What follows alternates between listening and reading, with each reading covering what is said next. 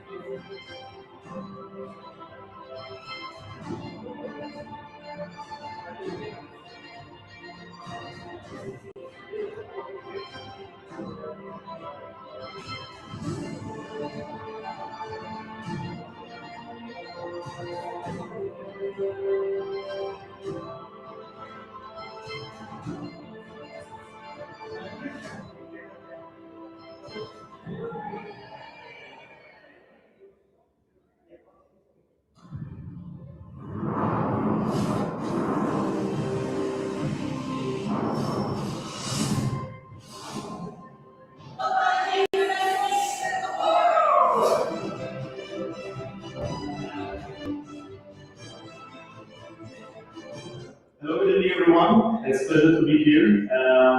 I would like to tell you a little bit more about what we are doing and why we are here. Actually, it's more to share the experience, what me personal as a founder and CEO of the company, Treco, and the journey which lasts 6 years until now, and growing as a company and growing with people. We hear a lot today about multiple different things. We hear about the AI, about the people, and I think these two things is very important, especially these days, because when the business started around 6 years ago, no one really talks about the AI at the very beginning. It was something new, it was something that some people believe, some people disbelieve. Maybe I will call it like beginning of cryptocurrencies. There are many people who believe it, many people who doesn't believe, and whoever started it, they capitalize. So our company TradeCo, we are in trading. We started 6 years ago as a one-person company. When the COVID starts, when we get locked, I think many businesses actually also capitalize on it. So we started building something. From my personal perspective and experience, I'm already 11 years in the business, in financial business. In finance, we try to grow money, and we have access not only for us to grow money, but also people can grow money. So we do trading, like every other community, every other thing, we could trade. Before it was not products, now it's digital products. And digital products are great because they are so accessible. It's accessible to everyone.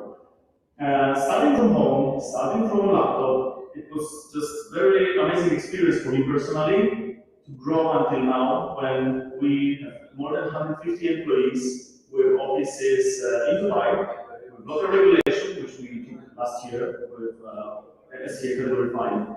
We're introducing business to our other places. What's the other places? We are in South Africa with the office, we are in Malaysia with the office, in Thailand, in Bangkok with the office, Dubai will be our headquarters. So we are thinking that the places actually create an environment against the rough environment. And I think being in Dubai, many of us are arriving here, we understand that Dubai creates this environment for the business. Dubai creates this environment for people. And this is how this should be done.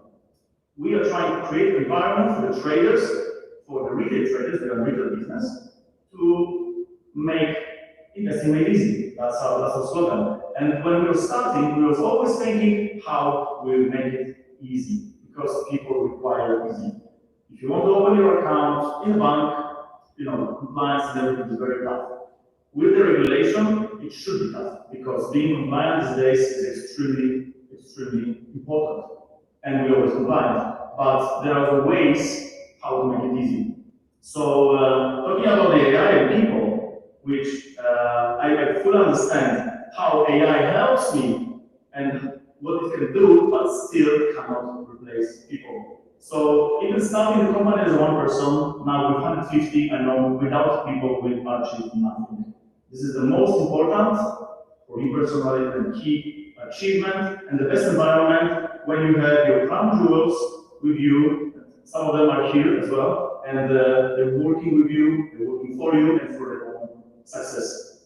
Our company is growing rapidly. It's not only about trading, because I believe 95% of people here already touched the subject in trading everything in Dubai. People love to trade gold. I think maybe around 75% volumes these days are gold. We know where the gold are. Everyone has a piece on themselves right now. And we are trying to achieve the goal of investing made easy for everyone. And it's not only by that, because the future for us is the partnerships.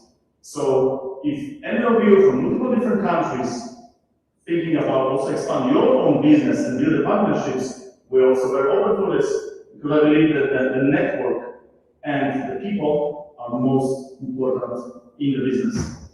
So I don't want to take much long time.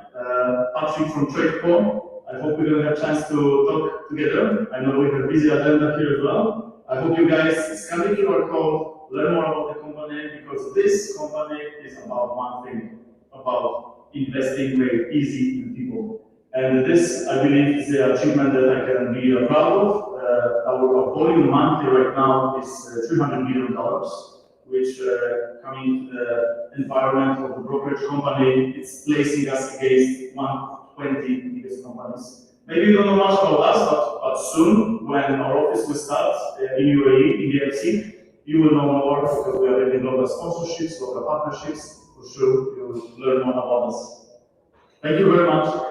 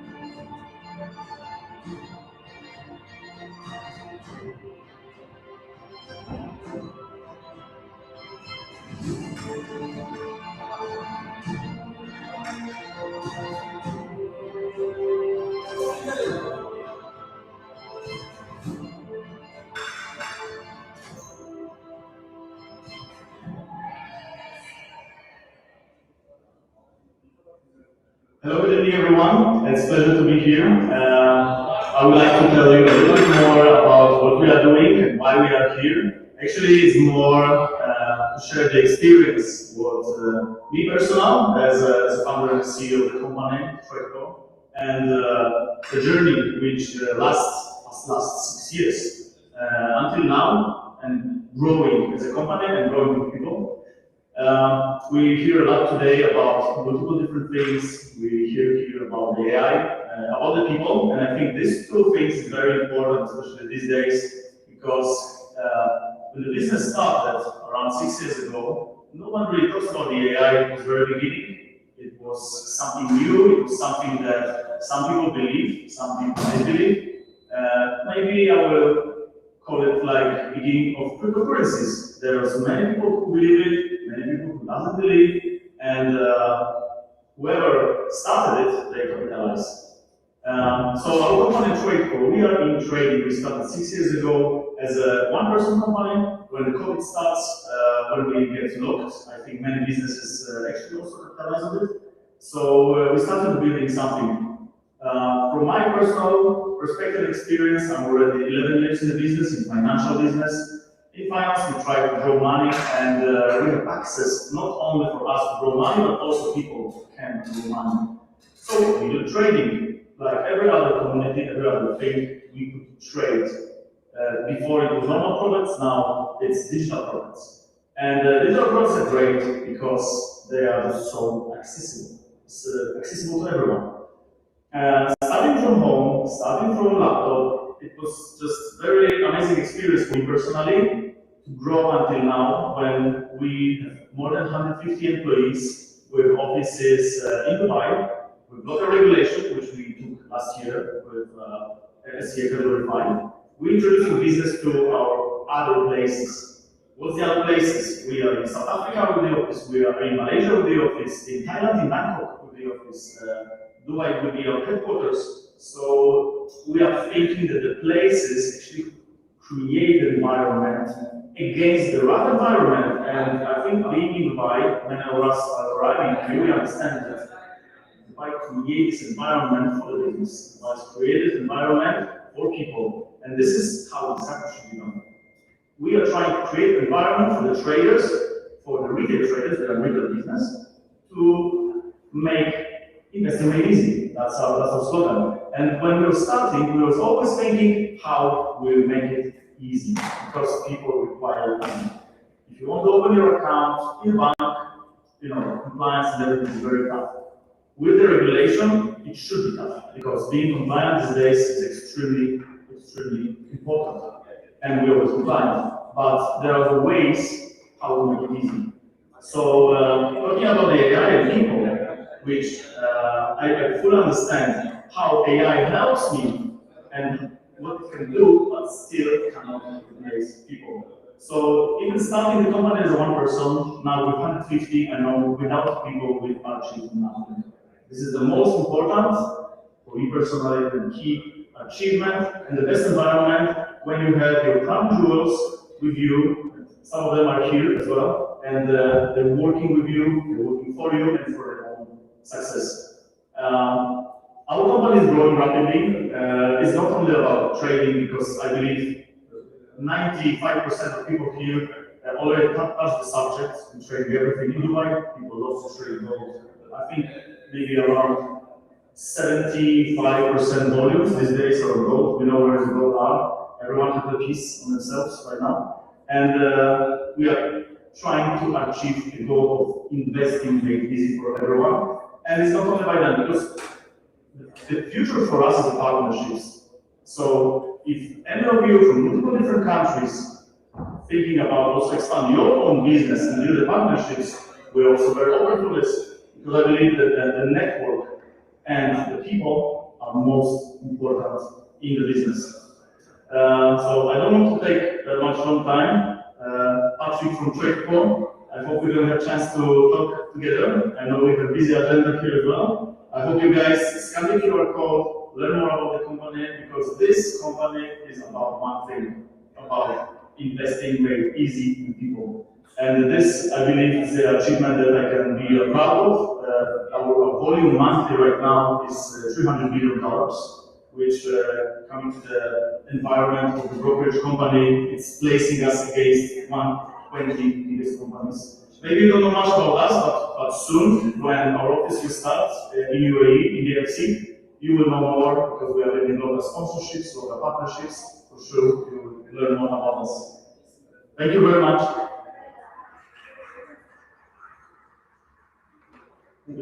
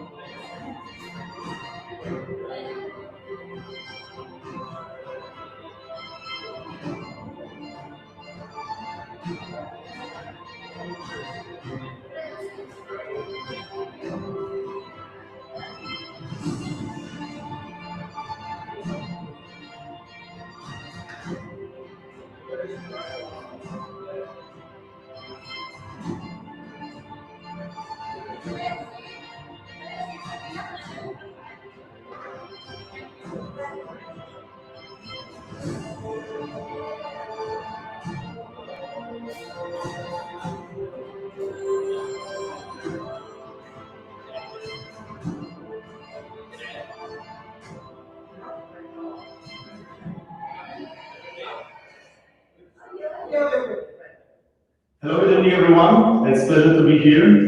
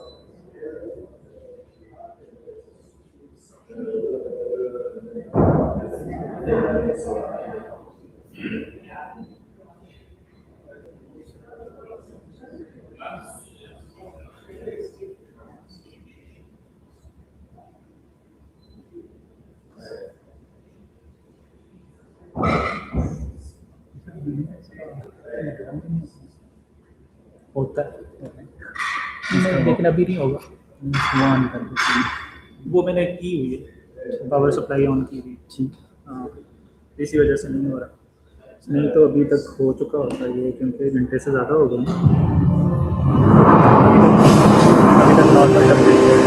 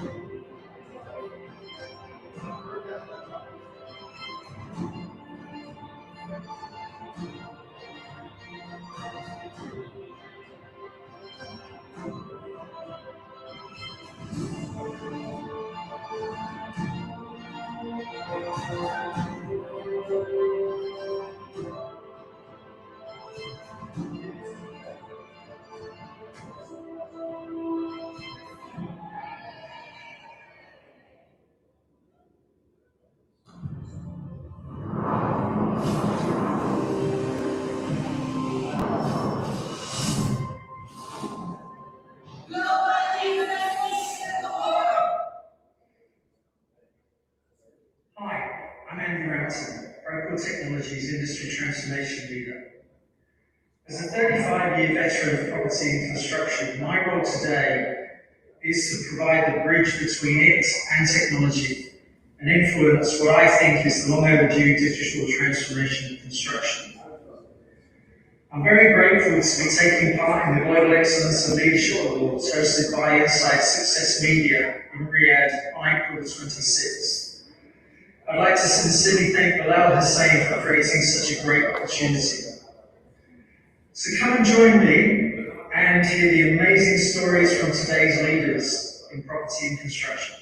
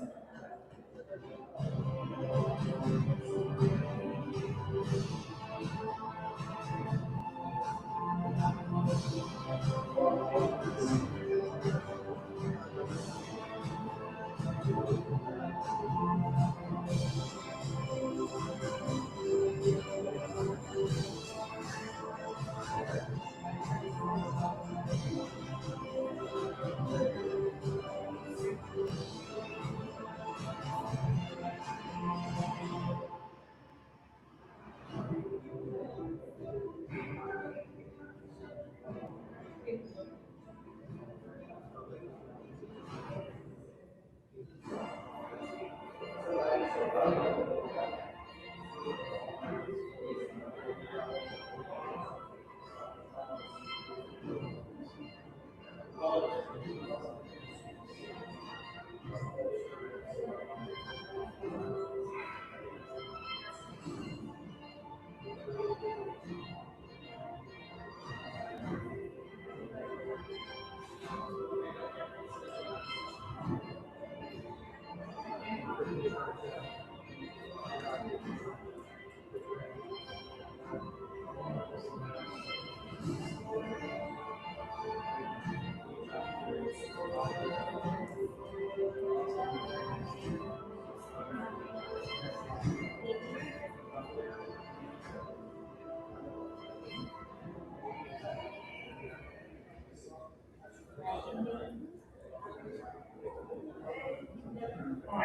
my name is Technology Transformation.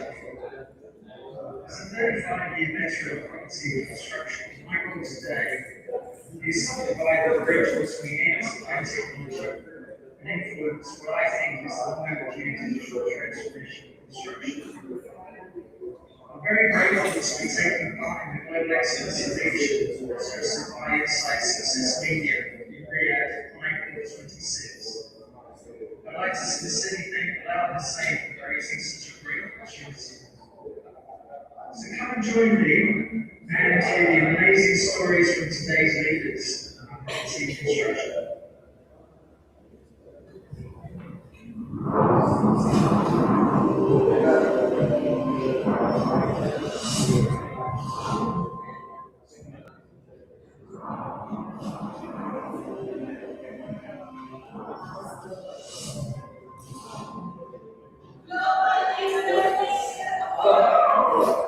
And that goes to the VAT consultant, Selma Brennan, Chief Executive Officer of the VAT.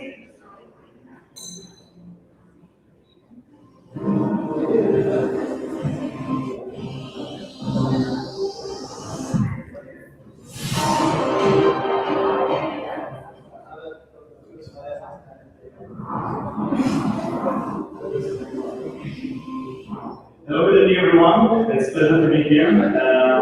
I would like to tell you a little bit more about what we are doing and why we are here. Actually, it's more to share the experience what me personal as a founder and CEO of the company, Prelude, and the journey which last 6 years until now, and growing as a company and growing with people.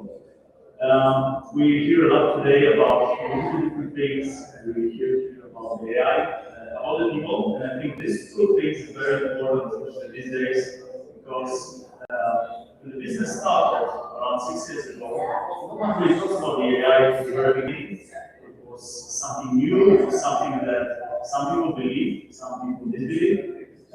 Maybe I will call it like beginning of cryptocurrencies. There are many people who believe it, many people don't believe, and whoever started it, they recognize.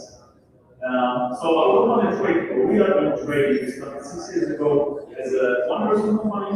When COVID starts, when we get locked, I think many businesses actually offer it. So we started building something. From my personal perspective and experience, I'm already 11 years in the business, in financial business. In finance, we try to grow money, and we have access not only for us to grow money, but also people can grow money. So the trading, like every other community, every other thing, you can trade. Before it was normal products, now it's digital products. And digital products are great because they are also accessible to everyone. Starting from home, starting from laptop, it was just very amazing experience for me personally. Grow until now, when we more than 150 employees with offices in Dubai, with local regulation, which we had last year with Cybersecurity. We introducing business to our other places. What the other places? We are in South Africa with the office, we are in Malaysia with the office, in Thailand, in Bangkok with the office, Dubai with the headquarters. So we are thinking that the places create the environment against the other environment, and I think we invite and for us arriving, we understand by create environment, create environment for the market. And this is the concept. we are trying to create an environment for traders, for retail traders that are retail business, to make investing easier. That's our slogan. And when we were starting, we were always thinking how we will make it easy, because people require it. You want to open your account, you want compliance and your account.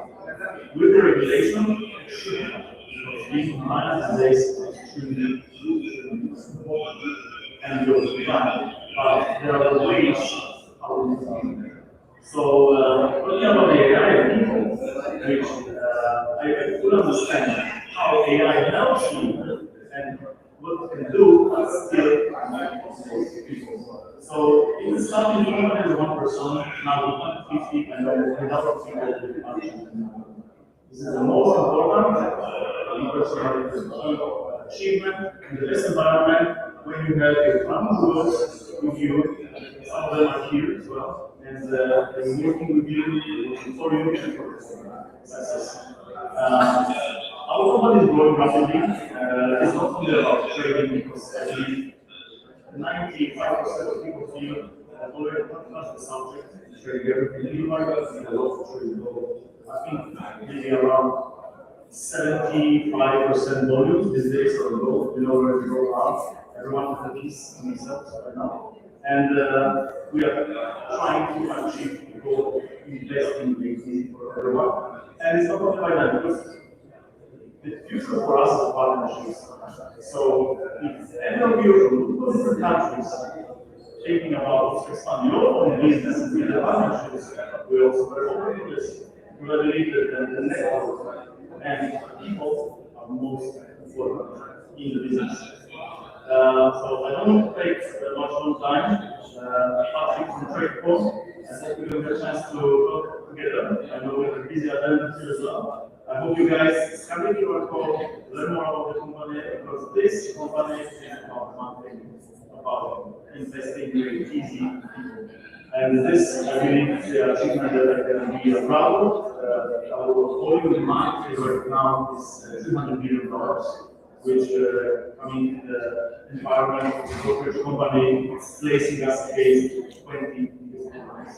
Maybe you don't know much about us, but soon, when our office will start in UAE, in the FC, you will know more. We are getting a lot of sponsorships, a lot of partnerships, to show you learn more about us. Thank you very much.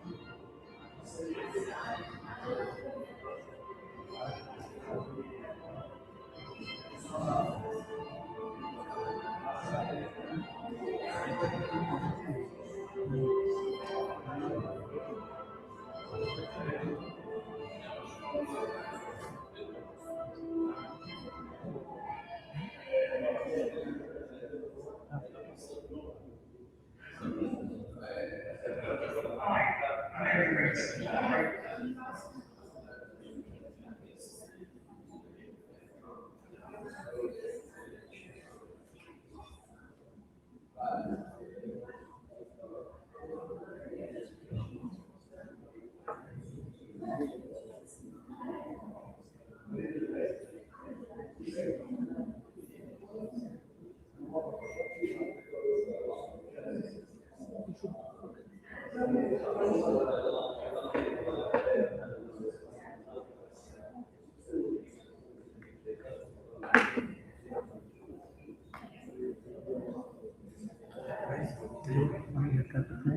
काफी टार है रश्मि का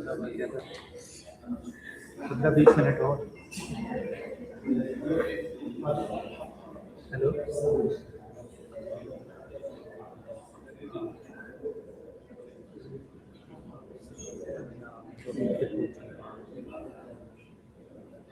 क्यों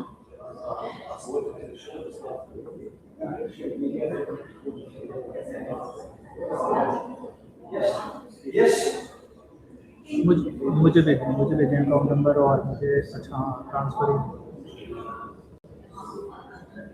निकाल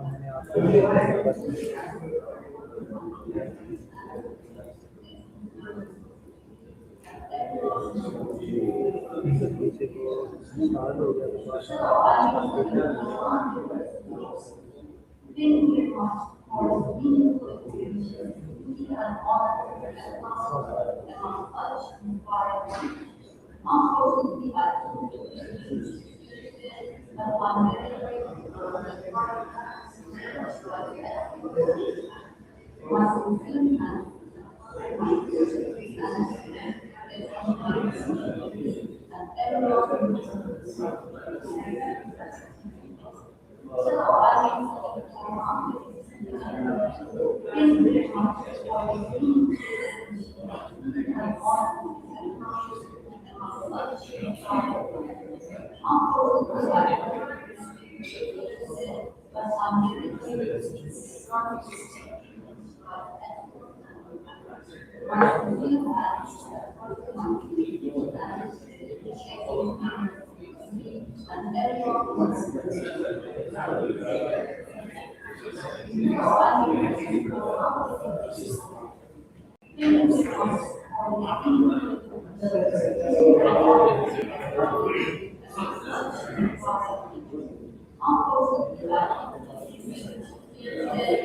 I'm very grateful to be a part of this community which provides excellent and my sincere thanks as part of my team and the excellent members of the jury and everyone involved in this opportunity. Thank you.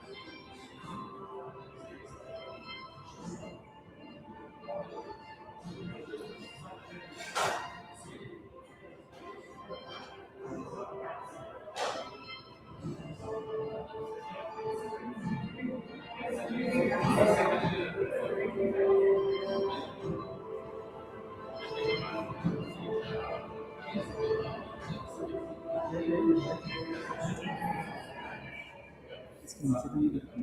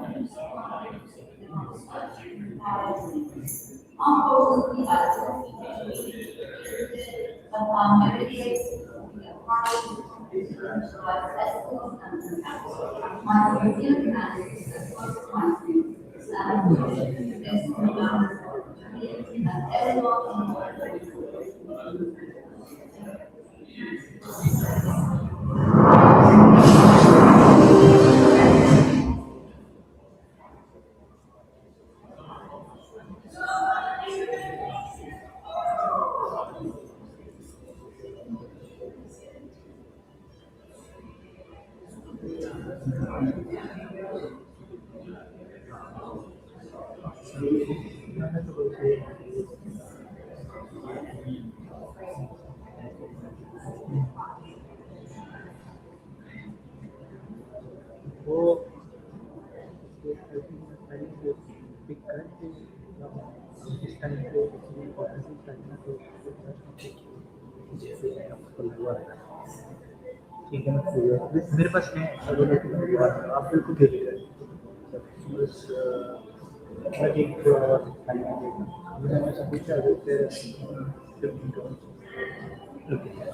तो use बनाओगे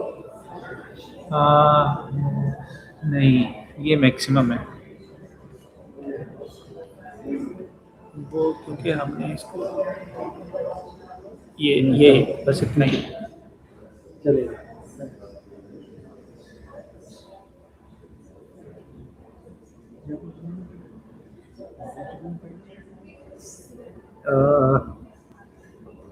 ये SSD है और है भी high speed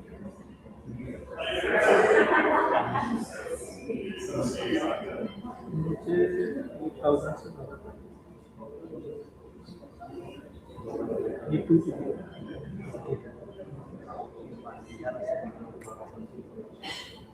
हाँ नहीं 1000 तक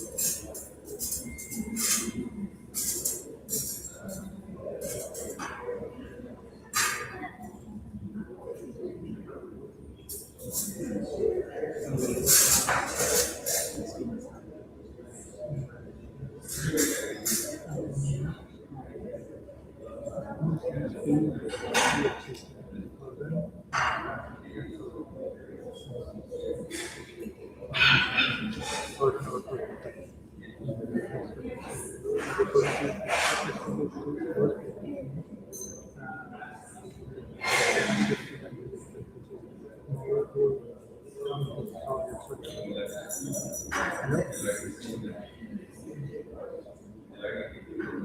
बस आज हैं चाहिए okay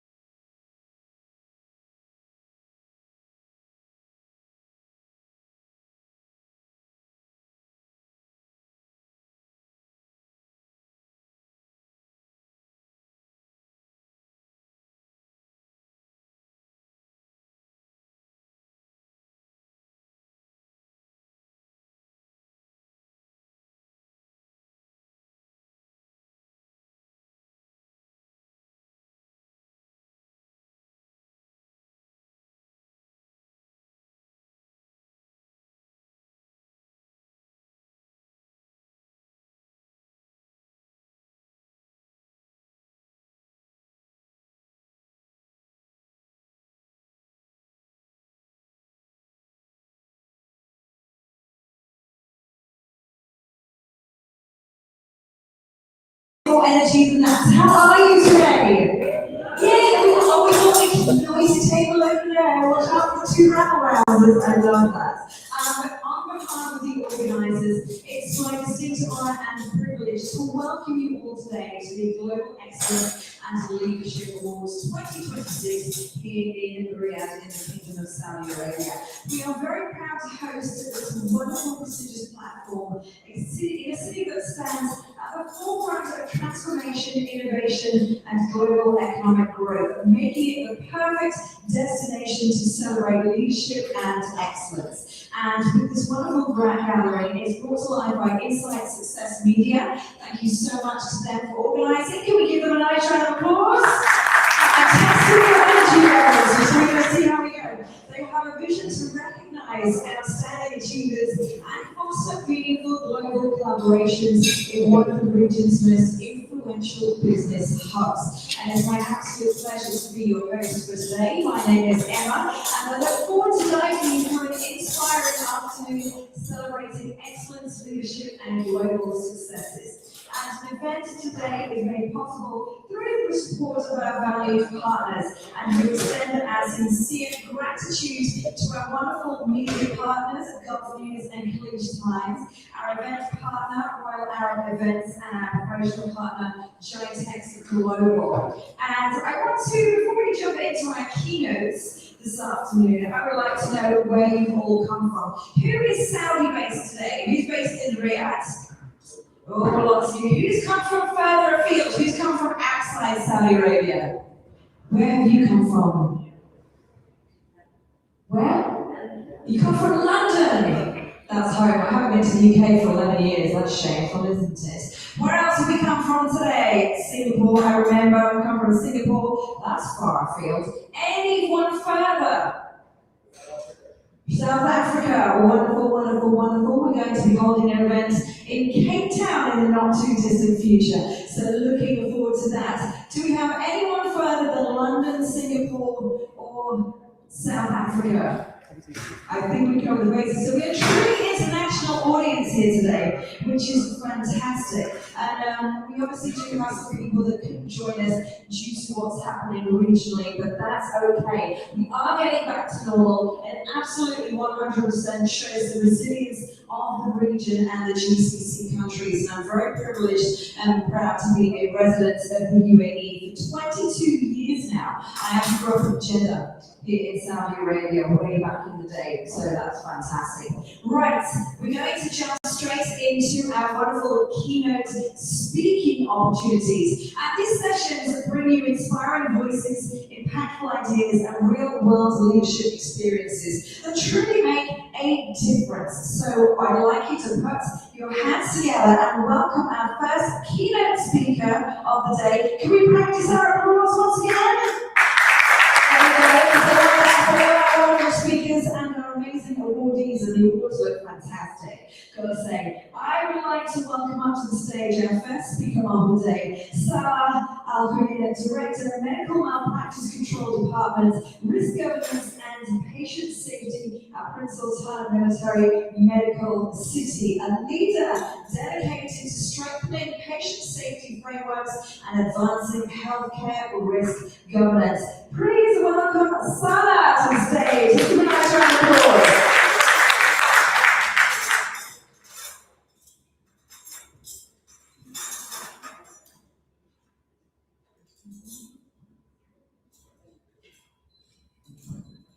Assalamu alaikum.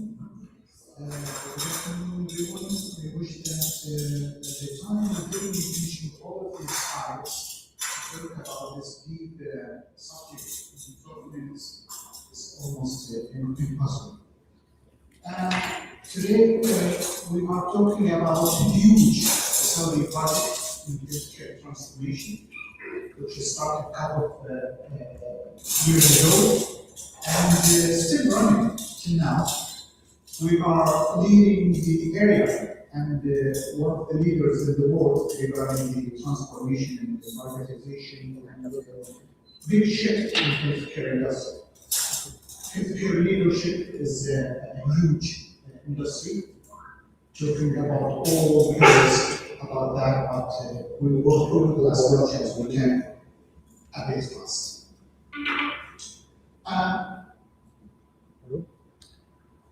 Just we will be talking about the transformation driven by the vision of Cybersecurity 2030, the quality and access to care, and the efficiency and prioritization, and the key pillars of the governance, finance, digital health, which we are achieving a lot of things, these things.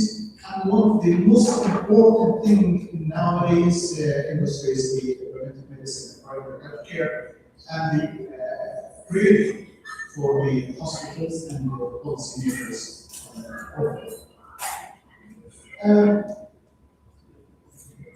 The changes of and the urgency priority for these things things that in some Arabia, like the developed country, we are facing the aging population, the non-communicable diseases, which is right everywhere with the new civilization, and the physical diversities of the sustainability and the pressure caused by that, and the public expectation, which always we are aiming to target as much as we can.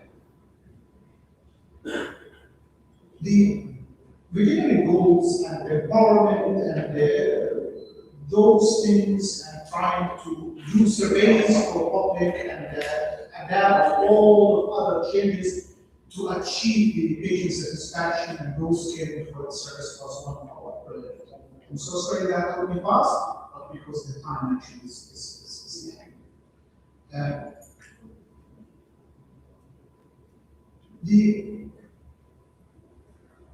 Defining the transformation leadership actually in general is something complex, and it's different from industry to industry, from healthcare, from other sectors, financing, and so on. Is something really challenging, but in healthcare it is something more complicated as it is touching human being. Sometimes we are sacrificing some steps not to touch the dignity, not to touch the patient healthcare, and so on. So it's actually need for empowerment, support, collaboration, feedback, and recognition. So it is always in a vicious circle that it will never end. Not only that, but also His Royal Highness, Prince Mohammed bin Salman, he put the country in huge government transformation. And one of them is the healthcare. So there is a national outcome where we are aiming that average age will increase. Not only that, but also will increase the working on the private sectors to have the Saudi Arabia as one of the centers for the healthcare tourism by building up the infrastructure, the manpower, quality care, and also not only that, but also building the digital and focused system, which is very expensive. It is really very expensive and time consuming. So timeline, we started in 2016 and we are going to finish on next year. Before that, at more than 90%.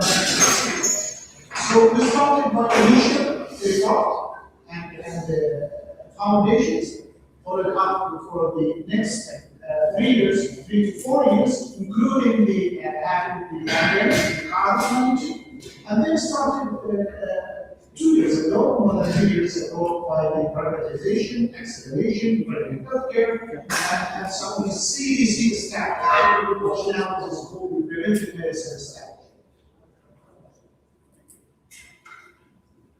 So we work as a culture for the transformation, starting from everything. We put in our vision that we are building teams of expertise, internal and external. I'm telling you that more than 80% of the experts that are from Saudi Arabia, for those actually seem to North America, Europe, and they are experts by definition for the country. So the current system structure in the past was Ministry of Health was doing services for everybody as government for free and without auditing, and nobody's asking, not only Ministry of Health, but other industries like hospitals related to other sectors, the paramilitary, the armed hospitals, the insurance hospitals, and so on. So there was multiple papers and learning programs and different policy, different visions, different structures, and there is fragmentation of data everywhere. What happens nowadays is that there is governance and regulatory shifts that we have to shift out of them, separation policies, so they are writing them all together.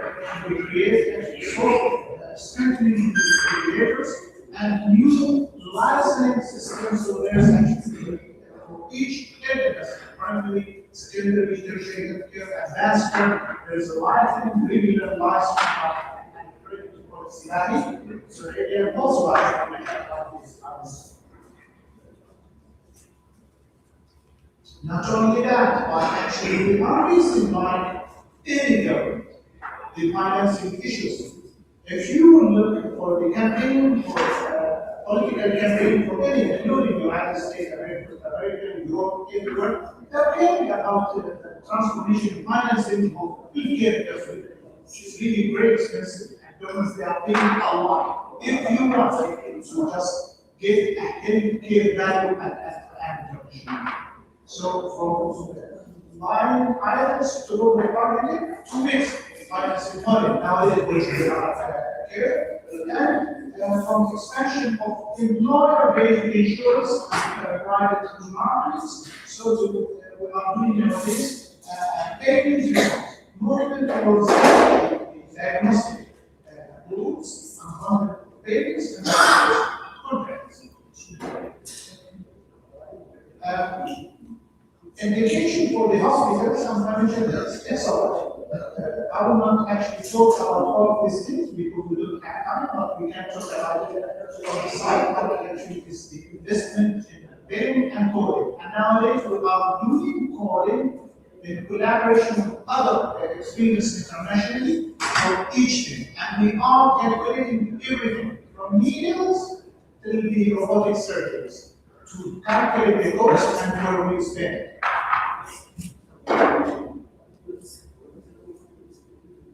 Not only that, but also privatization and public-private partnership. It's the maximum effort. We call it PPP. So there's a money, and we put in ourselves that there is a risk for that. And there's also opportunity about engineering capability and innovation. I'm not taking that much, but I'll show you some strategic results for the hospital and governance and ownership. We are training people. Myself, I'm a consultant in neuro anesthesia and neurocritical care. I'm the president of the Anesthesia Scientific Advancement Center. But even though I studied management, from agile management to short diplomas, till I got now PhD in management and healthcare management. And we will continue to do so to build up this system. Not only me, but also my friends. They are doing a good job. They are doing even greater than mine. So the digital health transformation, I know that some people here, they came from digital background, and we have the information system. It's a huge investment, very expensive, and it is regulated. And in that area, we are almost more than 60% of our tertiary healthcare system now is totally digitalized. My mobile, everybody mobile, you can go to this information, appointments, care, even delivery of medications and consumables. It's all the time digitalized.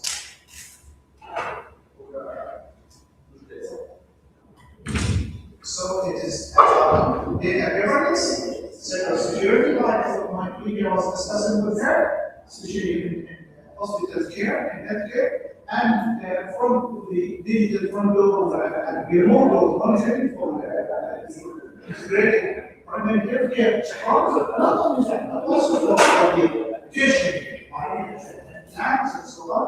If there's any implants, if there's any artifact in the plant, we have all limitations and artificial intelligence.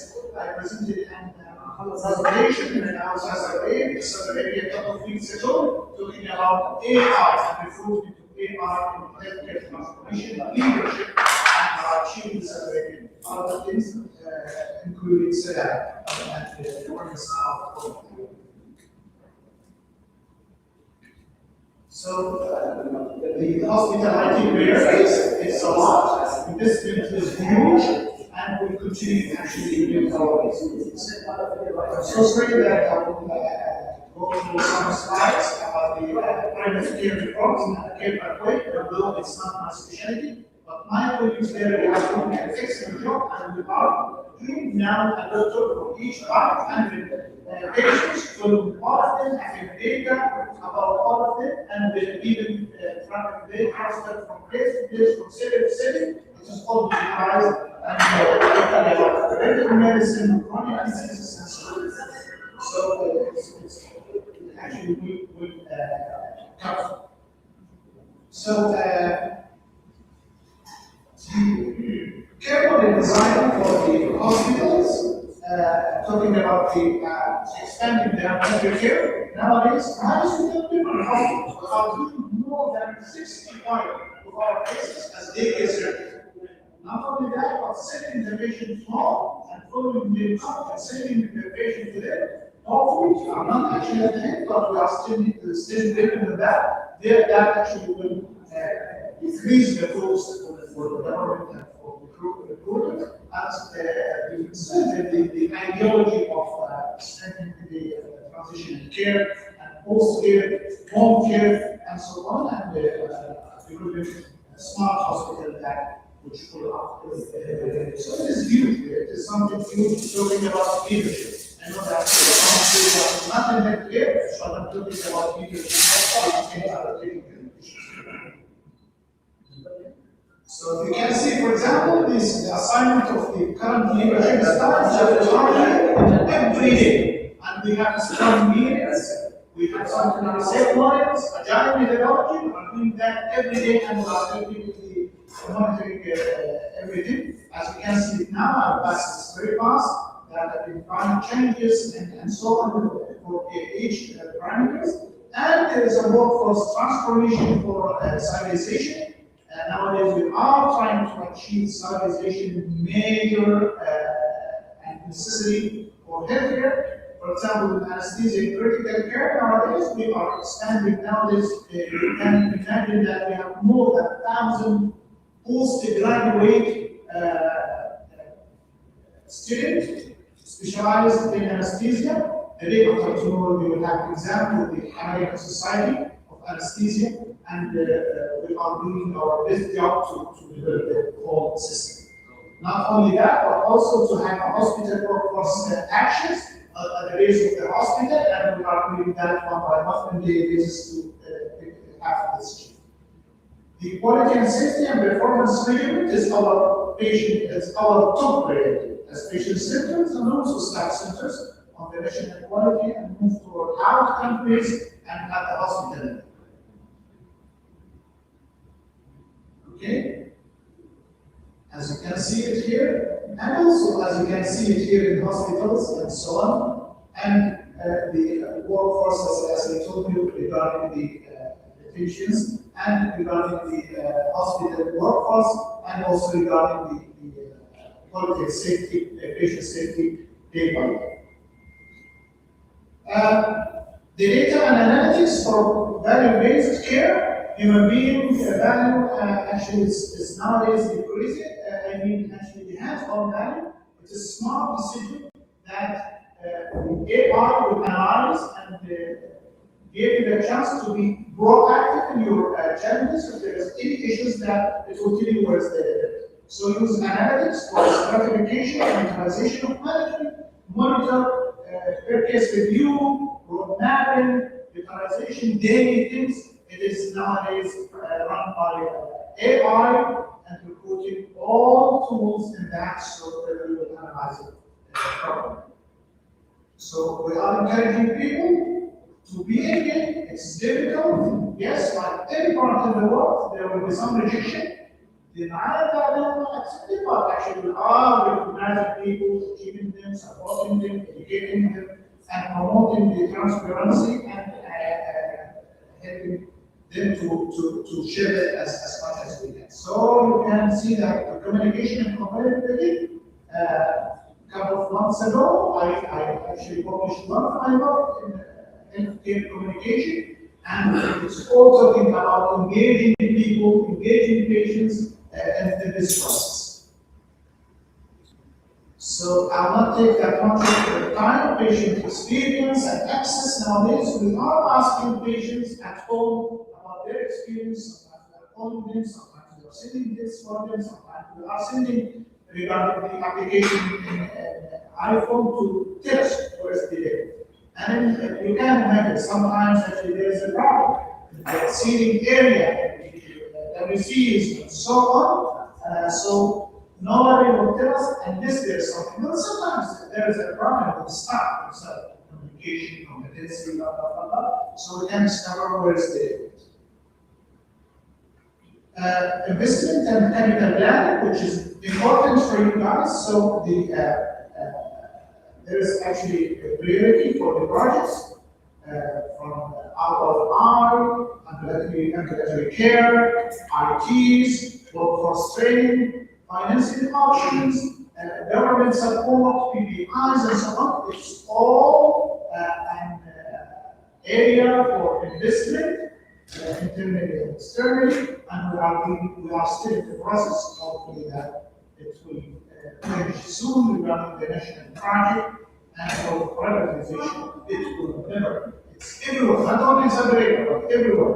It will continue actually to be like that. So there is a strategic asset talking about it. So regarding the risk management, the regulatory and compliance, the enterprise risk, and we are prepared for accreditation and so on. It's always, we are running that in a continuous mode. So you can see that there is a collaborative environment for all of these things. Otherwise, nobody actually will be engaged. Are using SWOT analysis like any other leadership industries.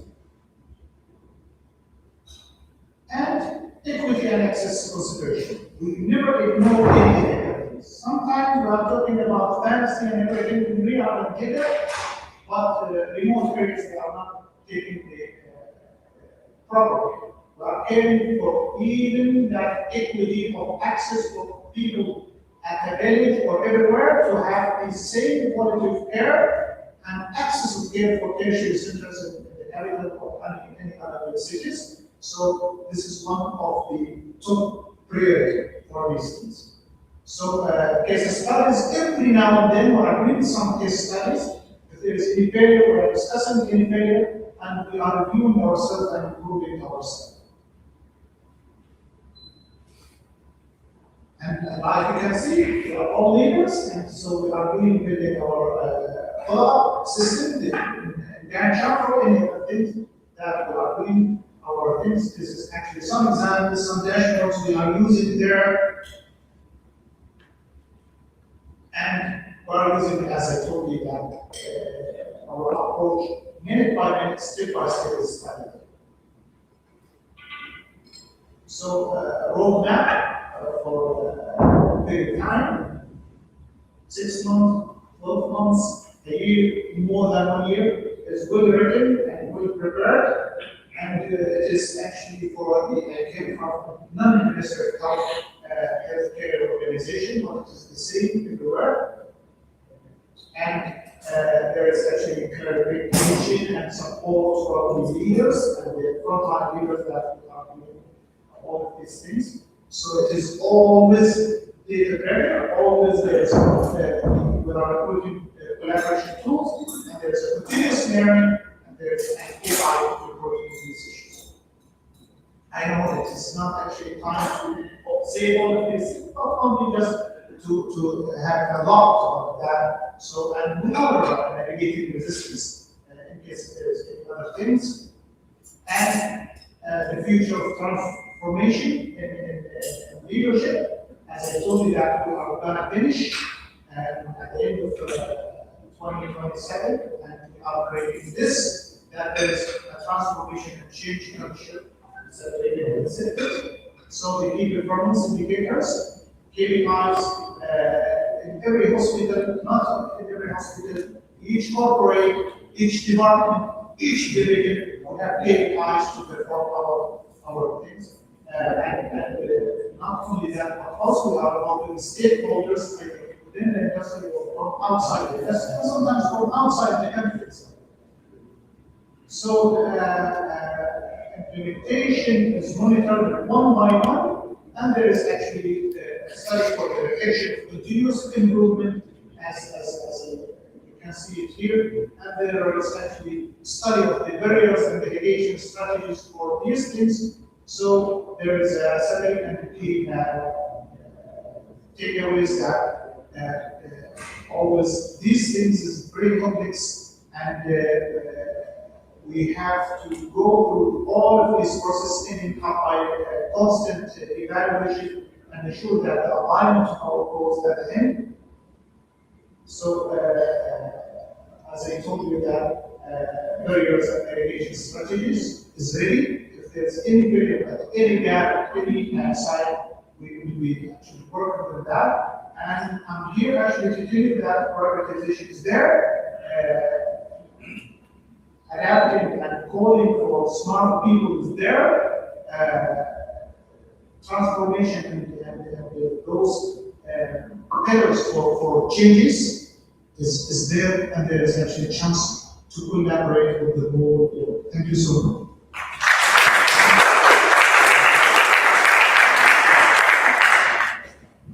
Thank you so much, Salah. Thank you so much, no problem at all. Thank you for those wonderful insights, as always. Fantastic stuff.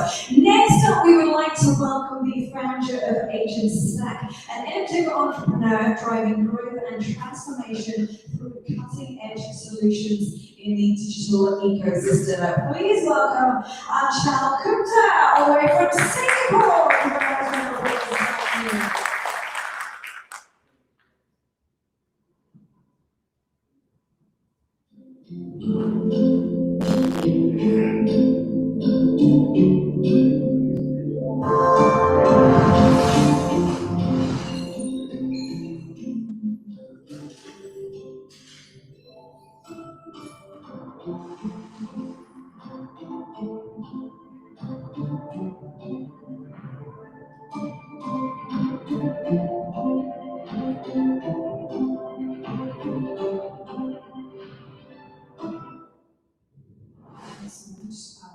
Hi everyone, thanks for the session. I realize there's a lot of slides like McKinsey in the previous session. I'm alumni of McKinsey and I don't like any more of the 3.2 slides, so it's very colorful presentation. Thanks for having me here. I am Anshul. I'm based out of Singapore for the last decade, and great to see so many of you here with diverse background. I've spent half of my career working with Fortune 100 companies, consulting them on tech and transformation in financial services, energy, utilities, retail. I work inside corporations like I work in dark chemicals, driving their top line growth in Europe and Middle East, and then last more than a decade has been growing tech and cybersecurity across Asia Pacific and Europe. Agent Stack is driving cybersecurity consulting and AI-driven technologies, working with enterprises, big and small, visionary CEOs, helping them in scaling their vision, covering AI governance, cybersecurity risk, ESG risk, and driving AI-driven innovation through build, buy, or partnership model. Today's focus is only cybersecurity. I would first like to start with, if anyone here has had cyber attacks, gone through it. No one, that's amazing, because I used to think that you don't get attacked if you are not rich, smart, or but I was attacked, and I only got to know probably after 10 years, and that's how cyber attacks are these days, which is in news every day. Operational risk is not about just balance sheets and supply chain threats as we are seeing now. Cyber attacks is becoming more and more prominent. This presentation is actually old. I presented in Singapore because the critical infrastructure was massively under attack and it's still going on there. And now what's happening in the region is still even more relevant because the threats are getting more and more complicated and fast and better with AI. And unfortunately, the offensive have the advantage versus the defensive right now. So the teams are constantly working on how to better defend. There's a lot going on in cybersecurity with the global collaborations. But I'll go into I'll keep it short. Go into crown jewels. Has anyone heard about crown jewels? Okay, no, so that's going to be an information machine. So in cybersecurity, crown jewels refers to most valuable and critical assets, which if compromised would have big financial impact, brand reputation as well as operational impact. These are normally your assets which are quite hidden. It could be air gap network, and organizations try not to expose them to internet and the risk. But as rightly said before, 60% of healthcare is digitalized in Saudi. That's what I've heard. But more and more industrial and critical infrastructure has to go through digital transformation for interoperability, for better servicing, and that's where the attack surface is increasing, the attacks are becoming more and more common. OT ground jewels would be your typical industrial systems, manufacturing processes, and components. IoT would be all the devices which should be collecting the data because it's connected, especially when they are in critical functions. Examples of what the crown jewels or the critical assets look like: your HMI panels, PLCs, motion controls, sensors, robotics, which is again increasing every day as we diversify in the industries and digitize them. The attacks landscape is rapidly evolving. This, again, as I said, this is not updated, but AI has made it so more prominent now. The cyber criminals are increasingly attacking the OT infrastructure, and it's very, very complicated when you think about manufacturing or oil and gas or desalination plants, because it has machines which are put for 20 to 30 years. And in order to get the ROI of those assets, you have to keep them for that long, which means that they're not getting regularly updated, and there are more and more risks as the world digitalizes. We talk about patches and a lot more things that could be done to the machines, but that then exposes more to the vulnerabilities.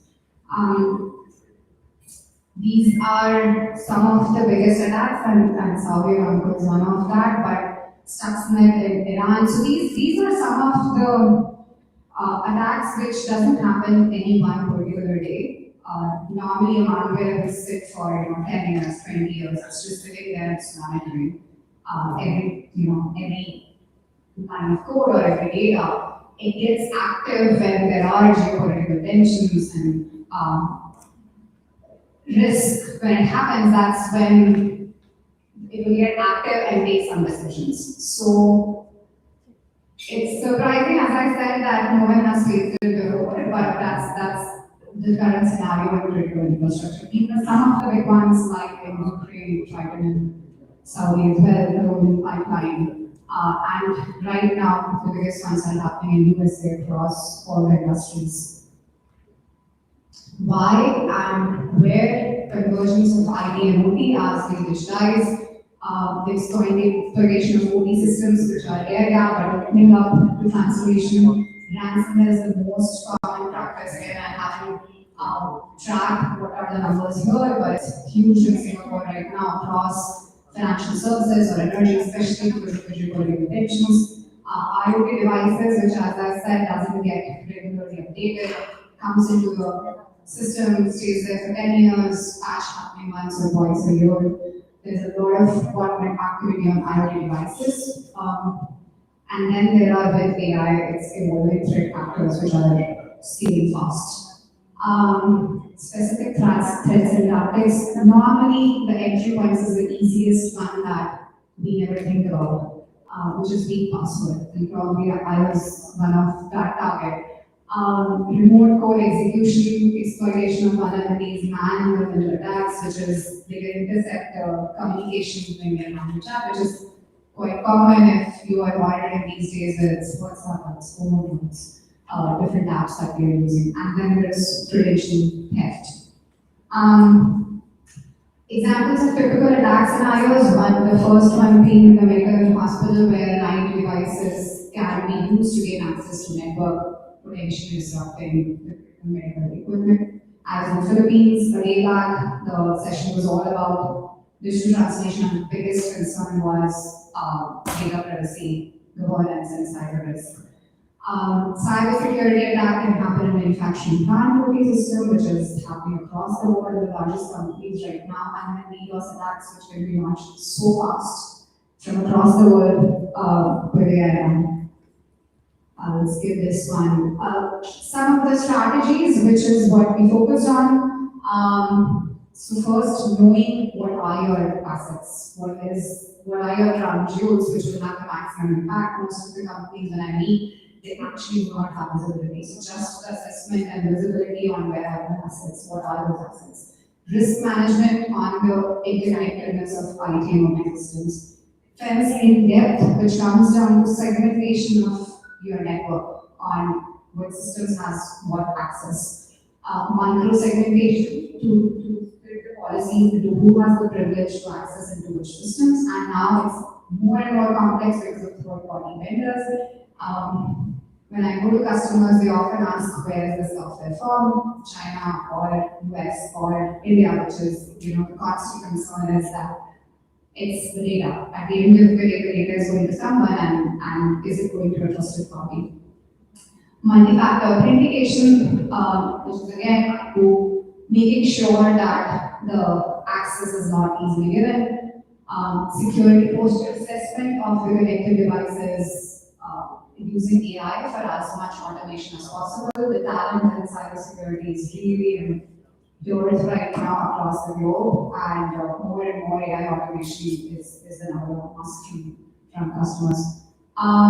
Zero trust security, which is you don't trust anyone, simple, and give access to based on who needs it. Regular testing, and then if something happens, then what is the incident response plan, which is again one of the biggest concern in mind when we are working with banks and the critical infrastructure companies. As I said, I'll keep it short. So attack landscape is magnifying, growing very fast with AI. What we are seeing across with this geopolitical scenario is that cyber threats is being used for ultimately the physical attacks. Critical infrastructure is the target, and it's causing supply chain disruption. So the focus is how do you prevent it versus being proactive versus or defensive versus reactive. That's where the consulting aspect comes in. What are your biggest risks? What are the biggest risks which impacts the business in a big way?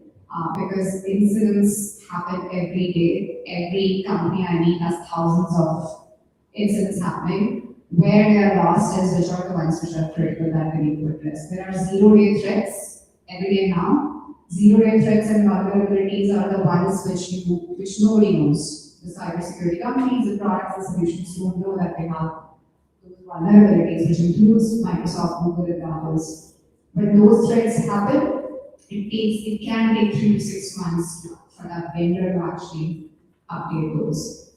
What does the company do while those zero threats are happening? That's where a lot of the focus that we are spending on is, because at the end of the day, it's all about IP and data, and there's a lot of IP that's happening with the country. So, I think this is my last slide. It's Agent Stack, as I said, is upcoming cybersecurity consulting and AI-driven technology. All the technology technology and solutions that we work with are driven by AI, covering the increased surface on attacks as well as on performance and things. Okay. Any questions? Since I decided I'm going to go anyway. Thank you. Thank you so much, amazing presentation and so pertinent and important as well. And time and time again we hear SMEs, small companies, startups going, oh, we don't need to do cybersecurity, any protection like that, and then it all goes horribly wrong. So something that is definitely worth keeping in mind. Up next, we are going to welcome Associate Director at Cybersecurity at CCC by STC, a seasoned expert shaping resilient cybersecurity strategies in an evolving digital landscape. Please welcome Saeed Haider to the stage. Saeed, let's give a nice round of applause this afternoon. Fantastic stuff. We can never get enough when it comes to cybersecurity and protection, that's for sure.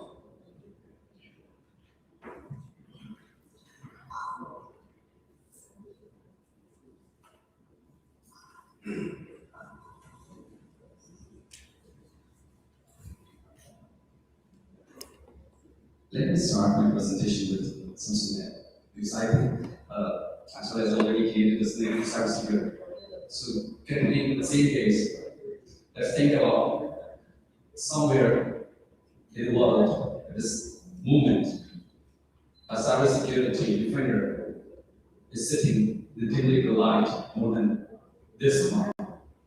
And he's staring at the screen and he's asking himself a question. Because at his screen, there are numbers and others. So his question is this normal or is that the thing which really matters? Today I'm going to take aside the mind of the cyber defender because the approach of the cyber defender is totally different. This question, if this is the thing that matters, will decide whether your business tomorrow will start normally or you will be in headlines that ABC company is in red book and your career is finished. Let's talk about some important numbers. 4.88 billion. This is the average cost of a single data breach, not the worst one, an average cost. 194 days. These are the average number of days when you realize that you have been breached, the data has been stolen without your notification. You don't know about it. The attacker is sitting in your environment for more than 6 months and he's implementing his tools or planning and observing your activities. 68%. 2 out of 3 successful data breaches involve human being, not a sophisticated zero-day attack or something like this, but a wrong click or a scam call or phishing email. 10.5 trillion is the projected global cost of cybercrime. It looks only the number, but when it happens to the company, you can't believe how impactful this situation will be. So I would like to tell you an uncomfortable truth that cyber risk is no longer a technology issue, but it's business survival issue. This is not something that you can just throw to the IT department or cybersecurity department. This is something which will save your job, your business, your company, your operation. Being a good cyber defender doesn't mean that the cyber defender will know everything about every tool, but they design their approach in a different way. They mostly concentrate on these three things: visibility, judgment, and resilience. Visibility means that to build or to enable yourself, so you can see what others cannot notice. Because maybe something is normal for other. A number might be just a number for normal here. For a cyber defender, it is showing some code which is leading into a serious situation that some asset has been compromised. Judgment. They have to take decision pressure. They cannot say, okay, I will think about it later. Let's have some cigarette or something. Once I'm relaxed, I will take. No. They need to take decision right at the moment so that they can mitigate the impact of the incident. Resilience. Fail fast, recover fast. It's possible that you will fail, but the recovery should be fast. No matter you are a small company or a big company, these factors decide whether your business will survive or it will end up in news headlines. So how cybersecurity defenders think? What is their mentality? How they shape their approach? Being a cybersecurity defender, we don't ask, what if we are infected? We ask, when we are. We need to decide ourselves. If it happens, what will we do? What will be our strategy? Identity is a parameter now. Every single person, every service, every system must verify, validate their identity. No exception for anyone. No exception for any application or anything like this. Because this is very important. Time is a rare thing. You don't have time in a situation where you have to take a decision because the attacker is moving faster. They win by moving faster, and you have to retaliate. You have to respond them very quickly. You cannot wait for weeks or hours. Think like an attacker. There is a saying that if you want to find your horse, think if you were a horse, where you will hide yourself. So think like an attacker. If you are an attacker, what you will do? Because with this approach, you can prevent your assets in better way. If you're thinking like a criminal. Because if you're thinking like a positive guy, you only think as per your job responsibilities. You don't think in a negative way. However, the attacker is pretty big in anger. Same as there is a difference between a sports karate, professional karate, and a street fighter. The professional karate guy will follow the protocol, whereas the street guy will not follow the protocol. So being a defender, you follow the protocol. There are different dependencies which you can talk about, but we don't have time. But the attacker will think negatively. So prepare yourself in this way. People are the real parameter. Actually, this one is especially for the leaders. Because your people are either the greatest firewall for your environment, or they are the greatest weakness for your environment. No matter how security solutions, firewalls, so everything you have to give in. Just one click, one wrong click will put your organization in danger. Now let me tell you a real story. If there is any guy from finance department, so I'm really sorry. I didn't mean to mention finance guys especially. It was just example because actually you guys are very critical. You guys are daily working on different devices and critical business numbers. So that's why I mentioned it at the finance guy. A sophisticated and educated, a skilled finance guy decided his day by opening email. And he found one email which looks disciplined. It looks fine. But when he opened the attachment, there was an invoice. Which also looked very legitimate. Nothing happened. No flash, no alert, nothing. It looks very fine. After this attack, the situation, no one noticed.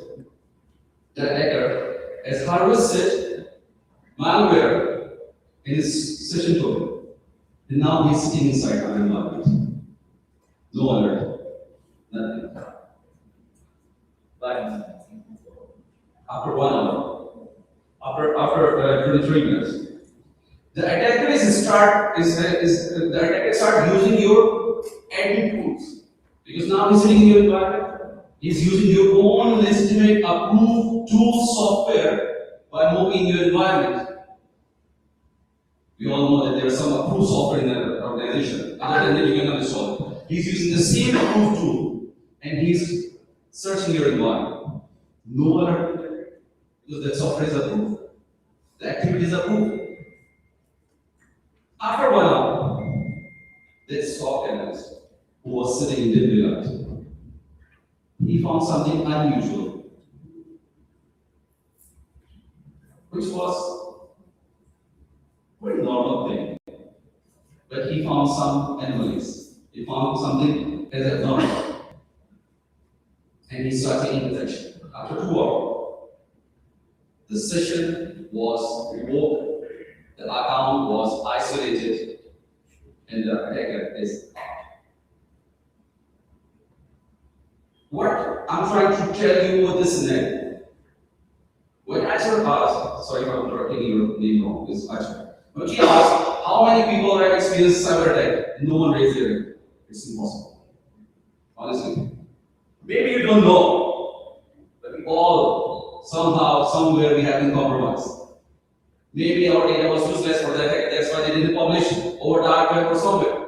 But when we connect on internet, our application, our system, our mobile phone, this is scan very quickly. So we all are the victims. Now I would like to challenge 4 beliefs are actually, we as cybersecurity, we face it every week or maybe sometime daily or in most of the meetings. We are firewall. We are protected. You don't need anything. Believe me, new attackers, the attacker of this era, they didn't use open ports. They land in your environment with your inbox, with the wrong click. They don't need to bypass a firewall or to launch some script or anything like this. They will just send you an email which looks legitimate and you will view it. Cybersecurity is IT issue. No, cybersecurity is not IT issue. Cybersecurity is everyone's issue. Everyone is responsible. Every single person is responsible for cybersecurity. From security guard to the CEO. Because it's responsible for physical security. Cybersecurity is not a department who works in silos for a specific thing. No, cybersecurity, IT, they will work on it. The rest of the people are free, whatever they want to do. No. Cybersecurity must be integrated with all functions, with marketing, operations, business, with everyone. We are too small, so we won't be a target. See, before targeting a big company, the attacker will start from a small company. Because they know the small company will not spend too much money on their cybersecurity budget.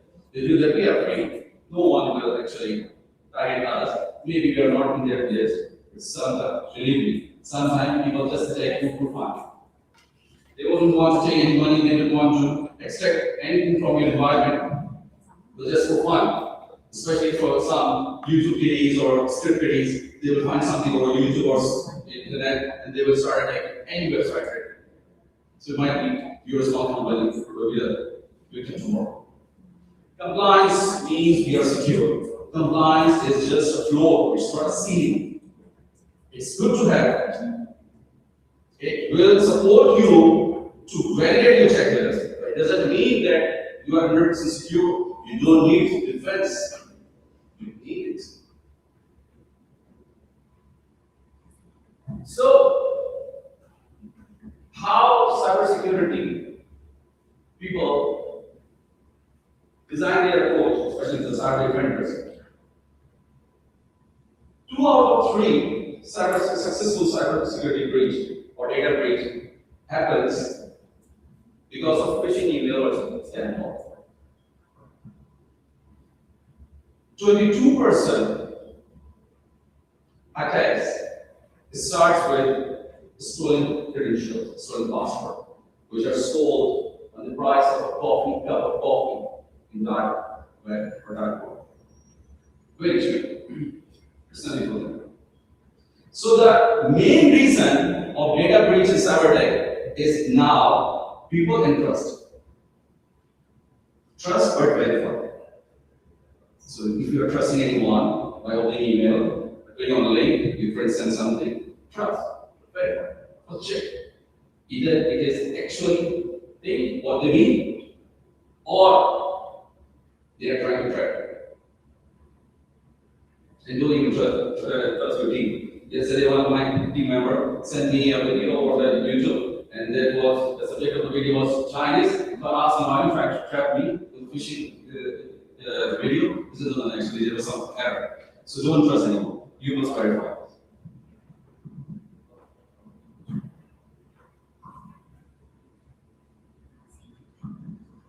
Speed is a deciding factor. If the cyber attack, if the data breach is caught within 200 days, the average loss is 4.07 million. But when it jumps 200 days, the cost of being slow becomes 1.39 million.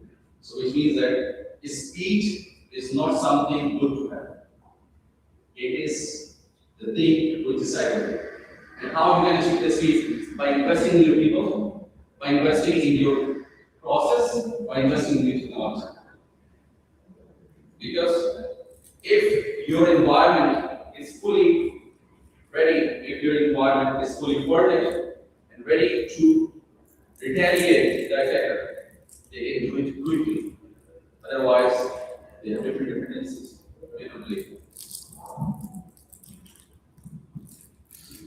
It's easy to create human firewall because it only depends on 4 levels. Like what I have discussed with you, I was telling you that, okay, click on the link or on the attachment, whoever is sharing with you. But you must first think about it before clicking it. Because most of the time we make mistake when we are in emergency, when we are in panic. Like, okay, this is a regular thing of my daily activities. I will just click it, open it, and then send it, forward it to someone else. Because the attacker is taking advantage of this activity or this habit. First, treat your password and key same as you are treating or you are securing something that is most important thing. Your password must be treated in the same way. I've seen many people who are just sharing password and I'm going to see please log in my system and then send this file. Or it is observed especially in the call centers. People are, the call center agents are using the same password on all systems. In this way, they not right. Whoever has done this, and someone may use it for some negative things. Enable multi-factor authentication, I would say not enable, enforce. It must be enforced on critical application, on systems, especially for executives, wherever they are touching email, finance data, accounts related to some customers. MFA must be enforced. Report don't hide. This actually requires support from leaders. If they start making it as a program, as a reward for people, that if you are reporting some incident, you will reward you. Because many people find it, no, it's not my responsibility to tell cybersecurity that I found something which looks suspicious. Cybersecurity is responsible for this. But if you motivate people, if you introduce some program in your organization, if you encourage people to report, because that's not only responsible for cybersecurity, everyone is responsible. So if you find something, this is your responsibility to report cybersecurity. Now, the subject which was related to the frontliners. So if I tell you 6 lessons for the frontliners, from the frontliners for the leader, so these are the 6 lessons or advices for leaders that concluding it, they must conduct tabletop exercises, they must invest in their organization to check the capability of the team, they must introduce some programs to motivate people, they must align cybersecurity with other functions. Cybersecurity should not be totally isolated department. Cybersecurity must be safe in all other departments. Invest ahead of the curve means that you must invest before. Don't be an Uber. When Uber was under attack, they start posting jobs that now we need application security, now we need cybersecurity guys, we need ABCD. So invest before you are under attack. Invest before you are in headlines. It will save you from cyber attack. 5 notes for ceremonial, which we already discussed, because it's very necessary. You don't know. Somewhere is preparing to attack you. Someone is in the phase to attack you, and you are still in this impression that no, we are safe. Or you didn't test your capabilities. Test your capabilities. Validate how much you are strong enough to respond, to retaliate, protect your business. Because if you are secure, your business is secure, your job is secure, your business is secure.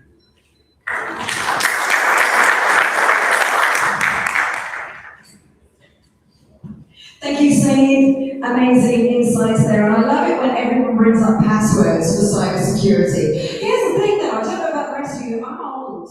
I can't remember what I had for breakfast, let alone what my passwords are. And I love it when they go, your password must be at least 12 characters long, have uppercase, lowercase, and number and a special character. Ain't happening. Let's just do fingerprints and facial recognition, that would be great. Amazing stuff. I love all things cybersecurity. Up next, we are having a wonderful keynote from the Group CFO and board member at Sinasco Holding, a strategic financial leader driving growth, governance, and long-term value creation. Please give a nice welcome this afternoon to Mohammed Kamal. Let's give a nice welcome to Mohammed.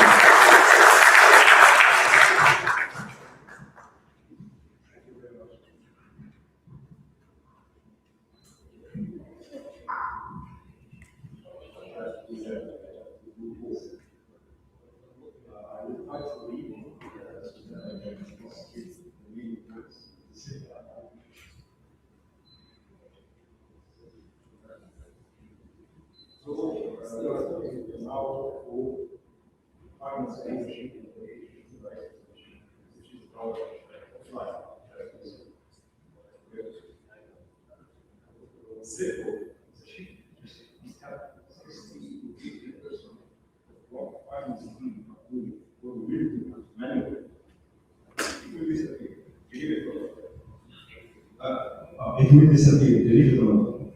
Not over 10 years, it's 3 years now. Yeah. It is back, the 3 years.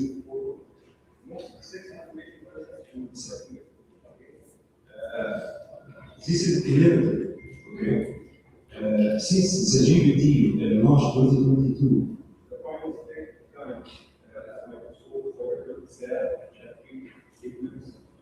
they all have allowed the AI and all that, I think. And currently, even education communication, just currently for those learners. Okay? So, and this is not the problem. The problem is not the rise of the machine. Okay? The problem is that we are, till now, we are probably, if you want, for the human clarity of knowing the world during the rise of the machine. This is a very important approach. Okay. Currently, any executive C-level, for example, there is a warning that asks 3 questions. It's given 3 questions. Will AI replace my role? And then, what I was doing, that AI is doing better. Okay. And the main important question, which is, what can I do on which the AI level, okay? How we are as humans do what the AI, artificial intelligence, is not doing for the current stream, okay? This will get us to the third point, which is what I call the perception trap. Okay? I call it that because actually, as human beings, we are having our perception is the main point of our action. But we don't know, some of us don't know. If you are having a certain perception, okay, it will create to you a story or a context. And this story will drive you to take a decision, okay, and to grant the permission for a certain action. This is the cycle of human decisions, okay. So I'm putting here two CFOs working in 2025. CFO number 1, he sees that artificial intelligence as a threat. Okay, his perception dramatically falls. This will replace his judgment. Okay, and his story he would say, I must protect my authority. Okay? And he would do a decision to limit the AI in another way. Okay? Or even for the option, for example. And this action is a defensive implementation, which will act negatively on his organization and his team as well. Okay? This is number two. On the other side, is not seeing it as a threat. He's seeing it as an opportunity to grow. Okay? So his perception that, oh my God, this will handle all the application and all of the graphics that can happen in my prediction, for example, in the team prediction, and at the same time will leave a space for me to do something strategic. Align with my stakeholders, to align and maintain stakeholders, or whatever. Okay? And accordingly, he will put the story that AI amplifies my capabilities, for sure. And he will do the decision to integrate and develop artificial intelligence to the predictions, okay?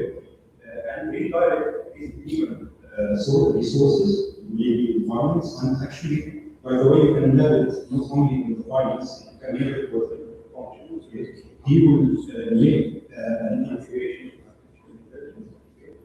and the outcomes that we can have in our organization development, as well as the aligned with the competition happening in the market.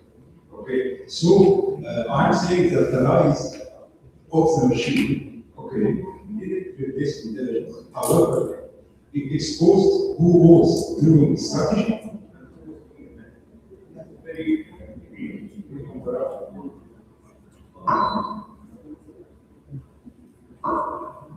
And in order to elaborate more about the main question, so what the humans can do and the machines never do, for example. I will give you an example of AlphaFold artificial intelligence solution. It's created by DeepMind. It's owned by Google. AlphaFold has made a full solution of the default if you are in pharma business. The default have had around 50 to 60 years for the scientists in order to know how and the structure of the default. AlphaFold has finalized this in hours. It is able to even the creator of this AI has won the Nobel Prize in chemistry. Okay. AlphaFold, yes, they did a great job. Okay. But at the same time, they cannot know or cannot estimate, they cannot know which routines to follow. They cannot architect a business model. They cannot navigate regulatory frameworks aligned, and they cannot also manage stakeholders' costs. And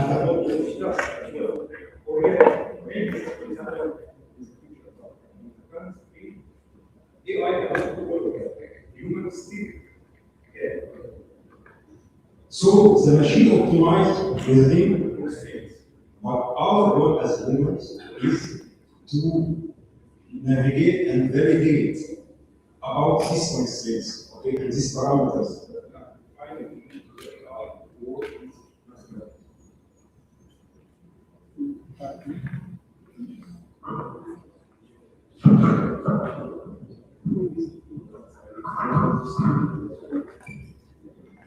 Now, I'm talking about the as well maybe all of us have no it in our future. I mean, before 2022, I'm very sorry for that. Before 2022, as we know that Russia,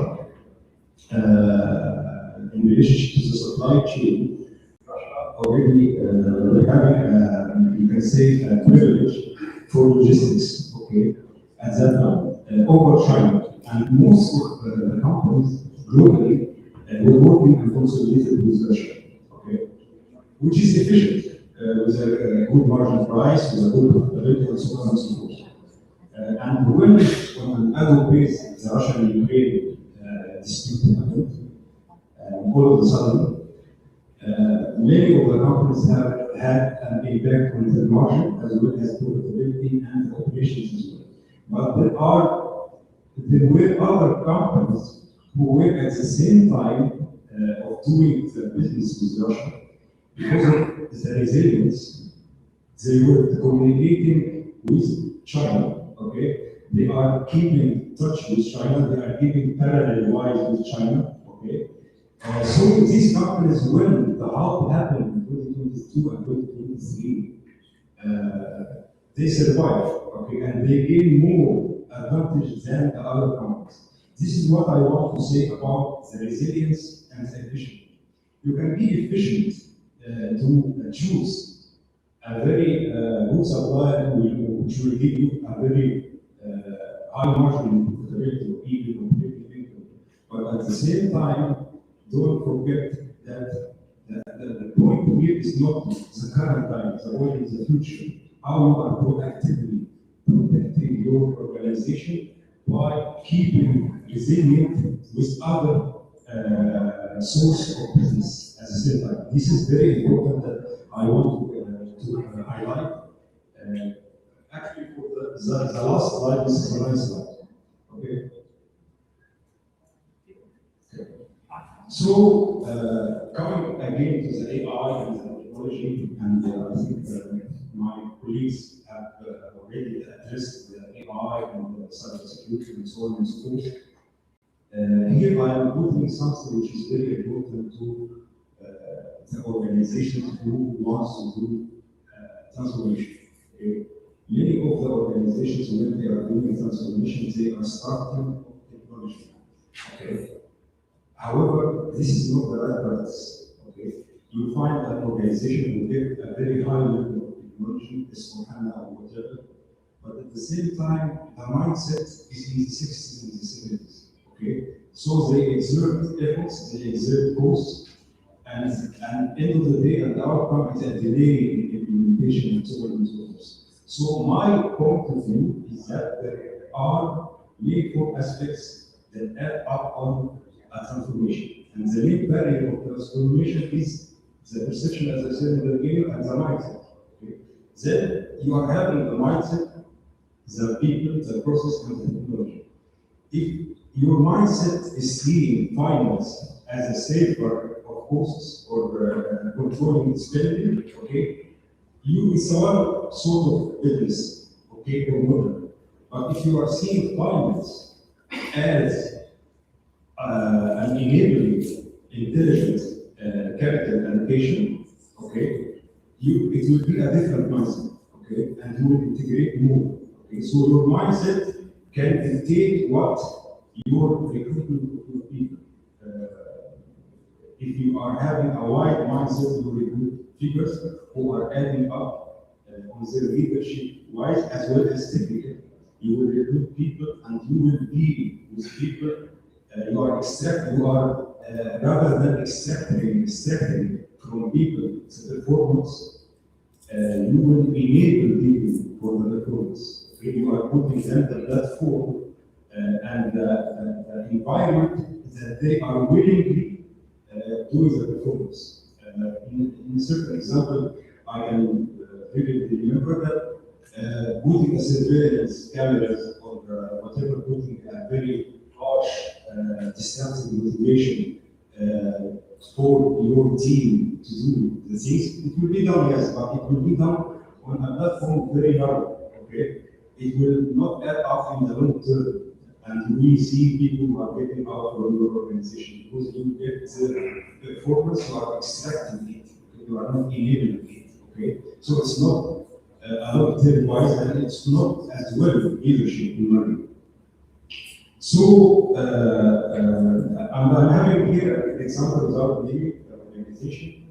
A transformation happened for subsidiaries in 5 weeks. Our target was 18 months, but we did it in 9 months. Why we did it? Because we didn't move fast. This is not moving fast. But we put around 3 to 4 months for the mindset and the foundation before we do the process itself. And this impacted on the health and outcome of the project.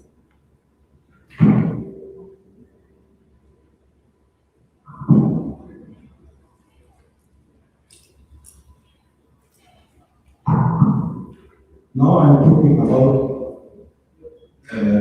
very important also about that what I told about the risk and dysfunction that CFOs usually are very confident while going to the board and so on and so forth and say, gentlemen, we will never do, I want to investigate with confident that, and we did all of the analysis, optimistic, pessimistic, realistic scenarios. Okay? But in fact, I want to say here that this is not the goal. The goal is that you are building your organization in what you will do is the uncertainty of the life. Like what we are seeing in Canada for the situation. The main goal that did you build your organization, not yourself, your organization, to sustain in such a volatile situation or not. So it's a strategy. It's not a plan B or scenario 1, scenario 2, scenario 3. Okay? It's a strategy to maintain a foundation where you are working on uncertainty level. Okay? And what if analysis level so that you can build up your team in a very volatile time. Okay? This is very important in the approach of how the finance leaders or even the executive leaders move on in the current time, and of course all knows about the volatility and the geopolitical impact on all of us. So, meaning to say that related to the CFO who say that we are confident that we do not do anything, okay, you are confident, but at the end of the day, you have to check your facts. Okay? And stress is not coming from that you are hiding your facts, but comes from that you are knowing exactly where these facts are, and you build a strategy in order to mitigate it.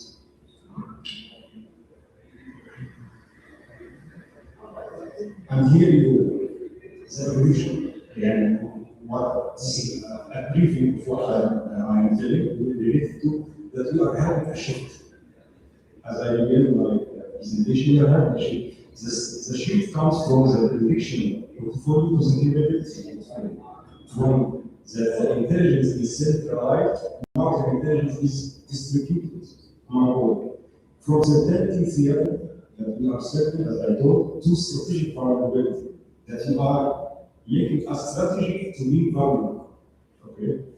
From extraction performance to enabling performance. From chief financial officer to chief future and value officer. This is very important. And if you do this, this cannot be done by AI yet. It may be done after, I don't know, 10 or 20 or 30 years, but currently this is done by human being. This is not done at all by artificial intelligence. We need a human judgment where you need the human judgment when stakeholders or shareholders disagree. You need also human courage to walk away from attractive but flawed opportunities. You need also the human wisdom to recognize the efficiencies that may destroy resilience. And you need the human imagination to envision what does not yet exist. So, briefly, I want to say that the question of machine optimization, yes, it's okay, but at the end of the day, the human have to question all the parameters that is put into the AI, he or she or whatever organization putting into the AI, have to verify first the foundation and why we are optimizing and why we are putting this parameter to artificial intelligence. So, last thing I want to add that actually the AI or the artificial intelligence is not making the finance function or even marketing or whatever, it's not making it obsolete. What making it obsolete is the model. You check on the model, okay? So the model that competes with machines on computation tasks will not make sense. The model that value prediction over preparation and putting the foundation before making the prediction by AI will not make sense. And the model that work with extracting from employees and performance rather than enabling them to perform well or not, it will be obsolete by the program. the model that holds information and hide information, it's not the time now for that. Okay, so what emerges in the finance leadership that does what only humans can do. Okay, the rise of the machine again is focusing us to become more human. Okay, not less, because the work that really requires human judgment and human meaning making. Okay, to connect between purpose and performance. Okay, so it's not the question of the machine learning is better than us. We are competing, we are getting artificial intelligence in our organization, we are improving people, whatever. The question is that are we building our organizations to be capable to work in the future of volatile environment or not? This is the main questions that we have to focus on, and I will really try to get to you information, and thank you very much for your time.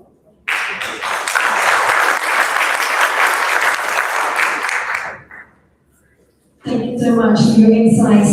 This afternoon, fantastic stuff. We are going to take a little break from our keynote for just a couple of minutes to thank those without whom this event would not be possible. We would like to thank our amazing PR partner, Open PR, our magazine partners, Arabian World Magazine, CIO Arab Media, and Dubai Leaders Magazine, along with Insights Business Journal for capturing and amplifying the stories of excellence we honor today. We're also proud to be supported by our esteemed co-sponsor, URL Group, a dynamic and forward-thinking organization, recognized for delivering innovative business solutions and enabling enterprises to scale, transform, and succeed in competitive global markets. And we are, of course, delighted to have our amazing hospitality partner, the Radisson Hotel and Residence Riyadh Alaya, hosting us today. And we thank them for their amazing hospitality and for elevating today's experience.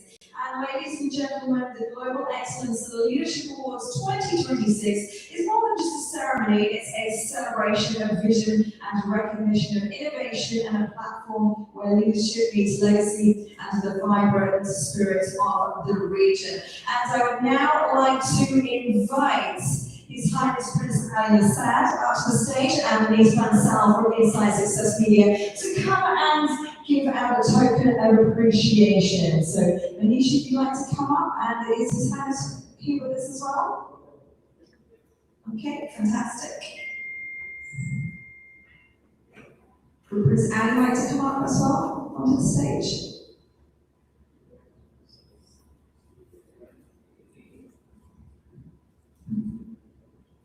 Thank you so much. Can we give His Highness a round of applause? And we'd like to take a moment to recognise an organisation that's played a vital role in creating a truly exceptional experience. For us here today, hospitality is not just about service, it's about creating comfort, elegance, and memorable experiences. And our recognition celebrates exactly that.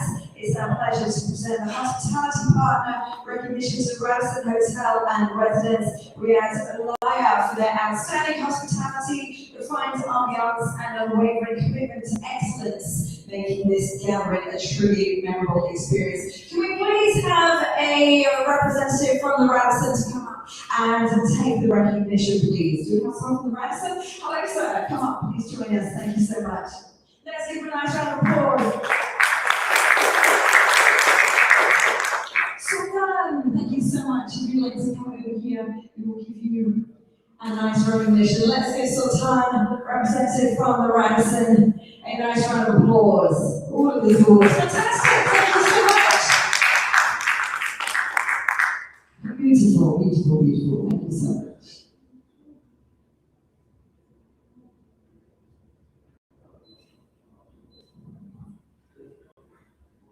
If you just want to move forward a little bit, thank you so much.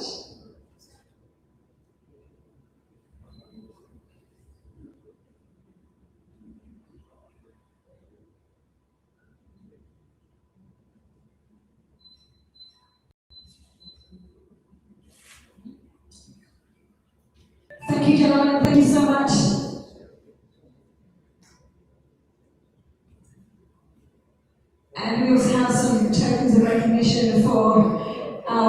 wonderful presenters as well.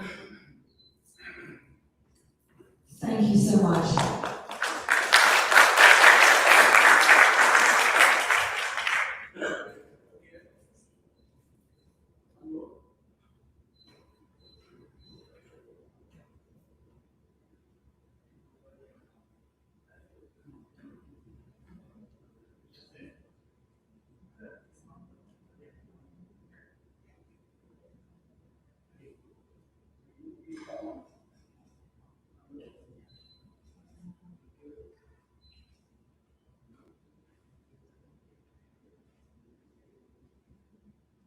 And do we have another one as well?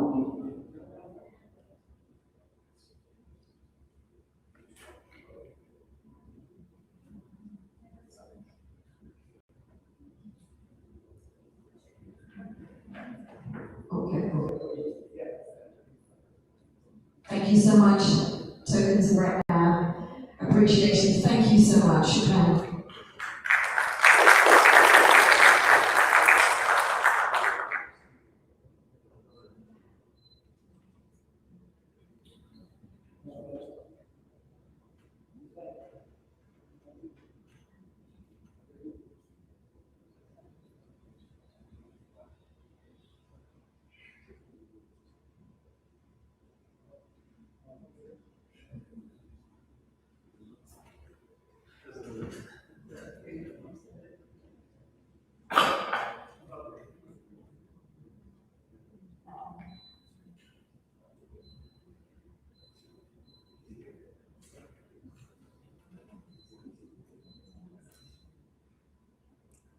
Thank you so much.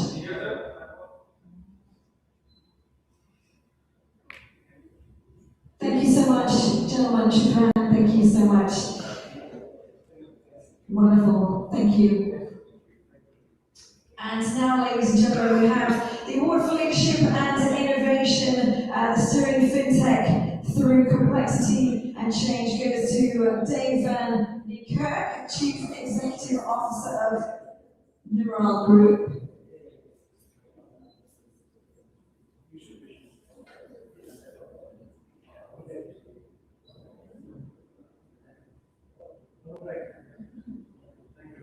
Thank you so much, gentlemen. Shukran. Our award for leadership and innovation, steering FinTech through complexity and change, goes to Dave Van Niekerk, CEO of Neural Group, and he's joining us virtually to extend a heartfelt congratulations for his well-deserved recognition. So let's have a little video from Dave.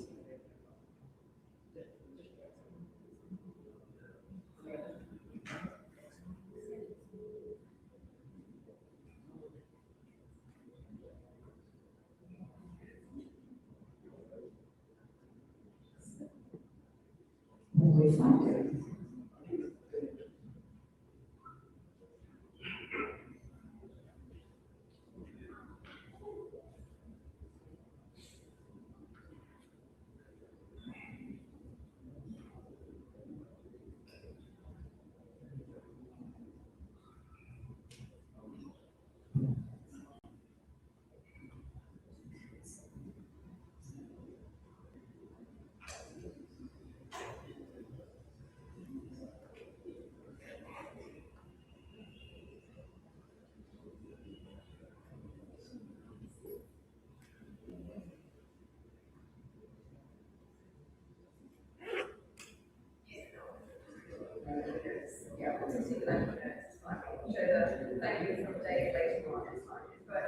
Okay, so, but thank you to Dave from Neural Group. So, up next, he's on the screen, so let's bring you up. Sandy, sister, let's give you a nice round of applause. Leading large-scale transformation and innovation initiatives across industries. Sandy, would you like to come up for your keynote, please? Are you bringing an entire team with you? Oh, you've lost your voice. That's not good, is it? You're going to sign language to your colleague, is that how it's going to go? Hello, how are you? Fantastic. I'll give you a microphone and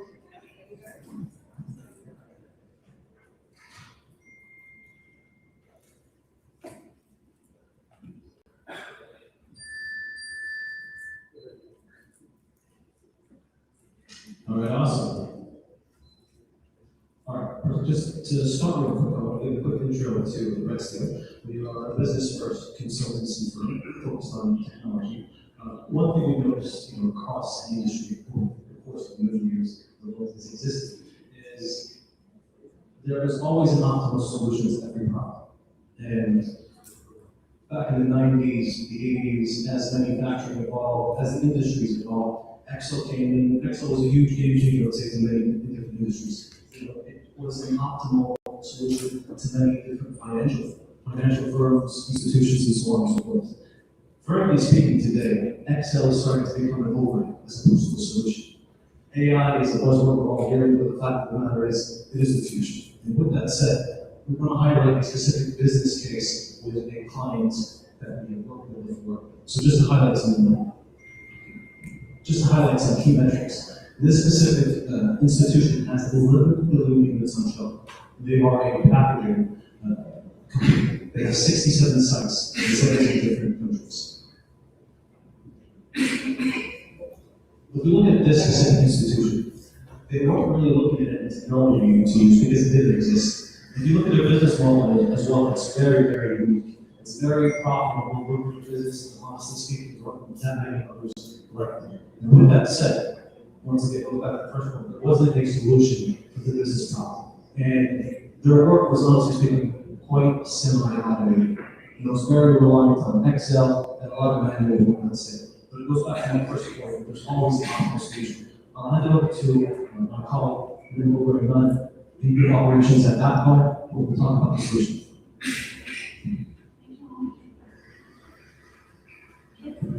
Hello everyone, very happy to be here today with you. So, as I was saying, we are talking about the lead use case that we work on. And actually, just to take back about the company, we have data. So we've been working with customers all over the globe on data topics since 2013, or even before, and since 2019, AI solutions. So what happened is that let's start with something that most of you relate to, okay?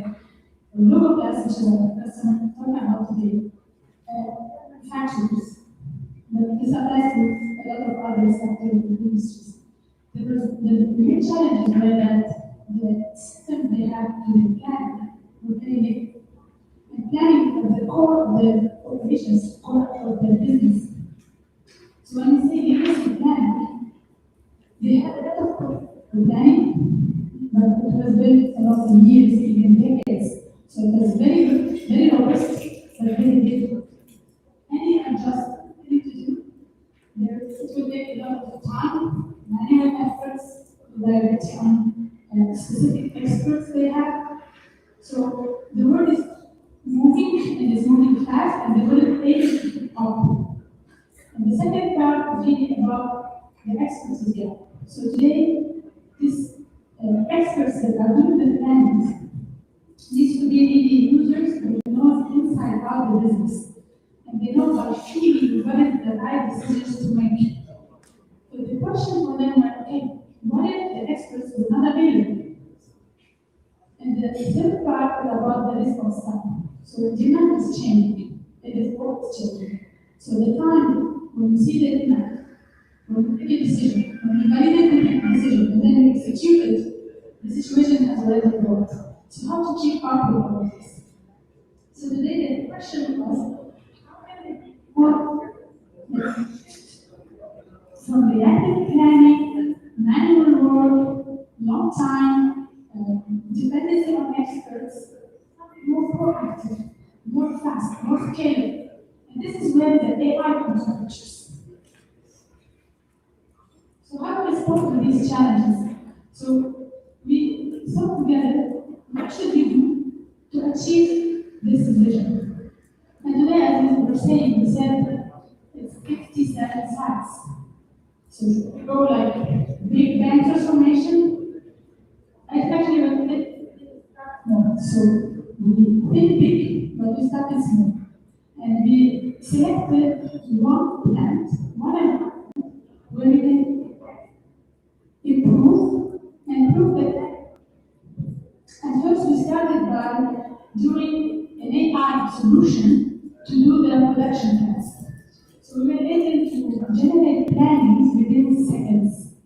So not hours, not days, it was seconds. And here when we started to shift this reactive planning with something repeatable, and we started to see value. But we didn't stop here. We said, okay, after this foundation is built, why not start doing some demand forecasting so that they can know what is the future, how it looks like, and then adjust our planning accordingly. Then we added on top of it the demand sensing. So demand sensing will tell you near time what's going on in my ecosystem and how this will shift my demand or impact my demand. And then what we're doing today is we're actually starting to include also IT systems and computer vision so that we can really be on the production line itself. You know, we can put cameras to take images of the product and specific points of this process, and then analyze it to make sure that the quality is achieved, and if there's any issue, we're able to detect it right at the beginning and not work till the end of our production line. We are also exploring some IoTs to analyze the sound of the machines and the noises the machines are doing. So this is actually ongoing.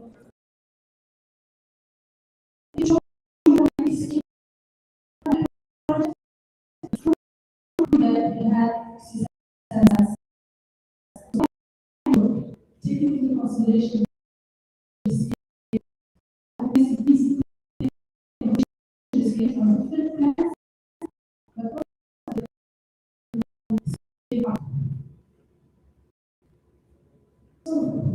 what are the results?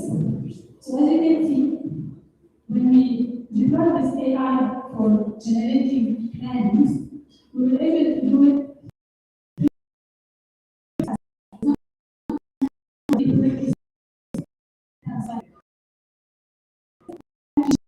also the experts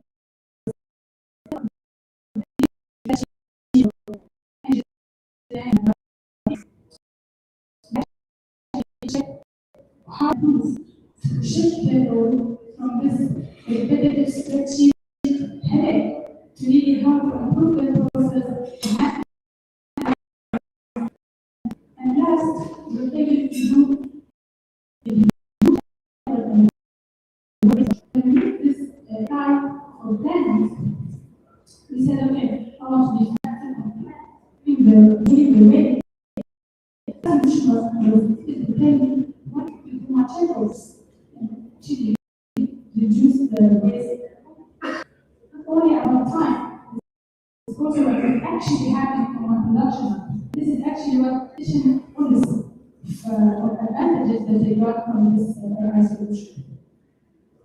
So this is what I want to cover today. I mean, very time, but feel free if you have any question, you can make the and put it up, and I'm going to say it. Thanks for the presentation. Just to give you guys a key takeaway, let's say, all of you are business leaders in your own industries, I'm sure you're busy at work and providing this wonderful country. But I do want to recommend something from the bottom of my heart. With the evolution of technology, it's critical that each and every one of you think about all the different business problems you have. What's frustrating on a day-to-day basis? What's taking up too much of your time? Because believe me when I tell you this, there is always a solution. Every problem has a solution. Being the CEO of a real estate development company, I can tell you, one key part of technology is the culture behind it. A lot of people here, let's say, have built wonderful solutions, but one sad part of reality is the culture that is to adopt, let's say, that solution doesn't really exist. So it's not just technology, it's technology as well as the culture behind it. So whatever solution anyone provides, you need to have a culture to back it. One thing I can take pride in is one of my really different companies, Blackstone, has adopted technology in this. You see with a lot of different companies, especially in the States, huge layoffs, laying off thousands of people just because of AI. But if you take a well-studied strategic approach to it, let's say, you can actually enhance the productivity of your employees. I'm using AI to scale my business's profit without having to, let's say, lay off employees. I take huge pride, let's say, in having one-to-one sessions with my employees, educating them on AI and different technology tools, and so on and so forth. So once again, there's a solution for every problem you have. Just think about what's bothering you, And on our consultation list, check out redsteel.sa or just email info at redsteel.sa for 1 hour session. Thank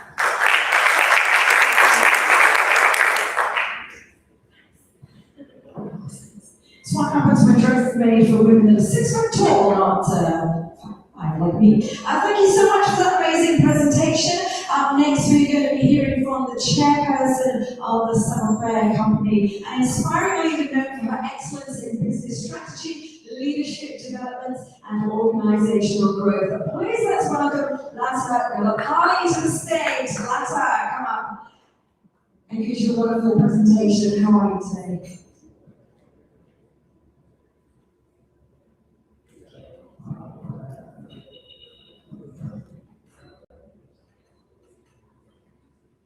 Thank you.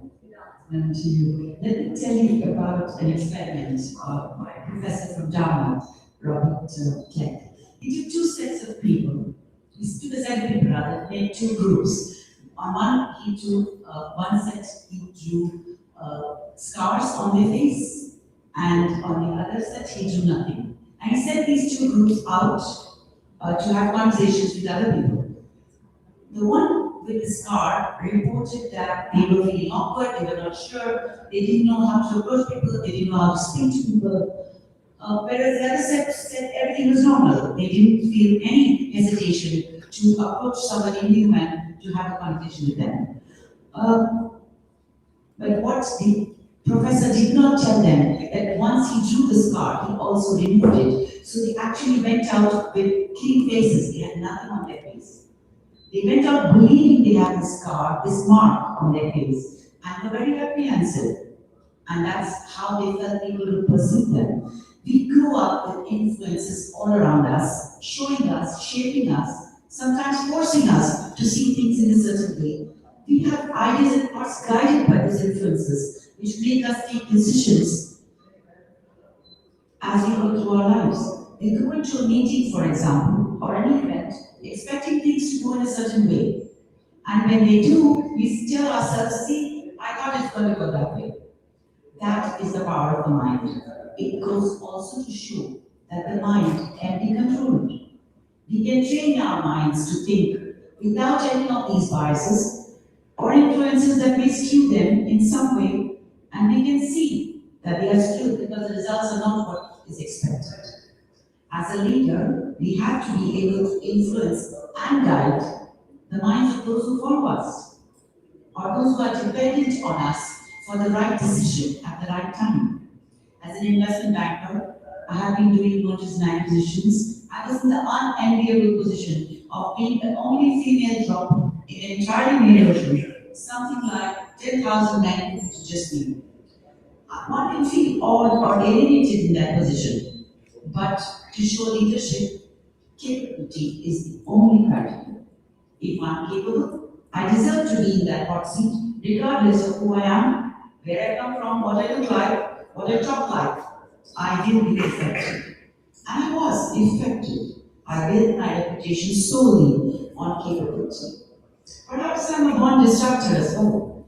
Rather than worry about the situation or do something that is expected of me, like in the economic loss, I just got on with the job, delivered results that were well beyond what seemed possible, and built a solid reputation. A reputation is one of the only things we earn, and that really lasts beyond all the material things. Today, in our collaborative world, a leader doesn't need to lead always in the way it was done traditionally. Everyone can be a leader today, in the sense that everyone takes ownership of their area of expertise, and that can be the lead in that area. It makes conversations in boardrooms and other places easier and quicker to arrive at solutions on the way forward. Results, or return as we call it, can be financial or social or economic return. In today's world, we need to consider financial return as well as social return. We call this impact, and this needs to be sustainable. In investment banking, doing mergers and acquisitions, my focus is return, but sustainable return. My best moments are when I advise my client to do, or more important, not to do a transaction in their best interest. It will be secure because they have not entered into a transaction simply because the numbers have added up, even though they don't seem to get along with each other, meaning they cannot work with each other. The most important consideration to have sustainable return is that people can work with each other. They can if they respect each other. While considering return, we also need to consider effect on communities, environment, and all the rest of it. Because sustainability applies to life itself, not just water or forest or animals. We, as people, are part of the ecosystem. On the other hand, when I'm doing the so-called charitable projects, I like to call them for profit. I feel profit, however we choose to define it, in money terms or money terms plus social impact, is always the purpose of any task, any job or project. For example, the project I do in several locations, mentoring women to set up their own business and become financially independent. I am teaching them to stay focused on earning a profit, and at the same time, they also earn the money, but the social structures and the communities will change for the better. What I call barriers, which many women face, will change with them getting that space and respect they deserve. That change is a sustainable one. In today's world, again, collaborations are the way forward, and only when we share what we are doing, we can prompt others to share their stories. Sharing learnings from positive disruptions helps us transfer learning from one place to another and builds a stronger, stable, and more sustainable world for us. Once we are leaders in our professions, we look around us and plug and play what we know into other businesses or developmental projects. Like I have gone from investment banking to doing mergers and acquisitions to running mentoring projects to education, where I teach courses on marketing to senior bankers, senior leaders, young entrepreneurs, university students, many others. And now I start to work on rehabilitation projects in countries which have gone through war through the United Nations. All with the same focus on global and sustainable impact. The idea is to better ourselves, yes, but also to teach, help, support, and guide others, if we can, along the way. Thank you.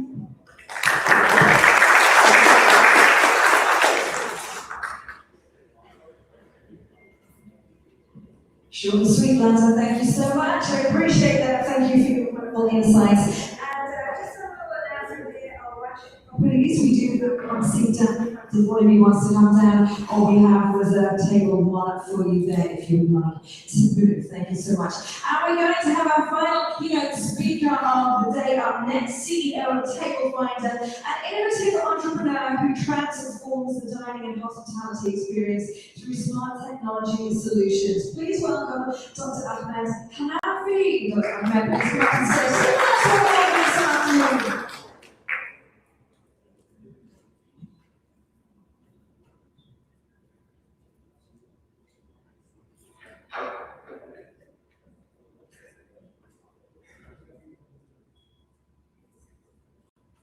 Good afternoon. Thank you so much, Ina. Thank you for the organizers for such a great opportunity to meet you all today. I'm Ahmed Hanafi, DB Holding CEO. Our holding company serves our customers across three regions, Egypt and Turkey, and KSA as well. Today, we will talk about one of the most favorite projects for myself. It's in-house developed code using AI with the surveillance system, existing surveillance system, to switch or transfer the physical surveillance to interactive intelligence AI system.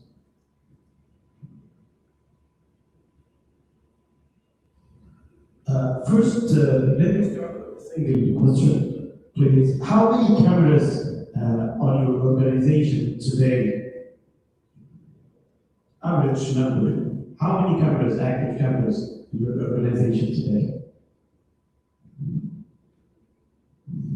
You don't have? 12? Great. Thousands. Great. How many of them supports you to take a decision? No? Just monitoring? We use them for data processing. So Sorry?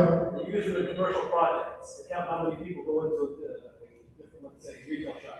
So it's for counting? Yes, for counting people. For counting people? Yes. Okay, great.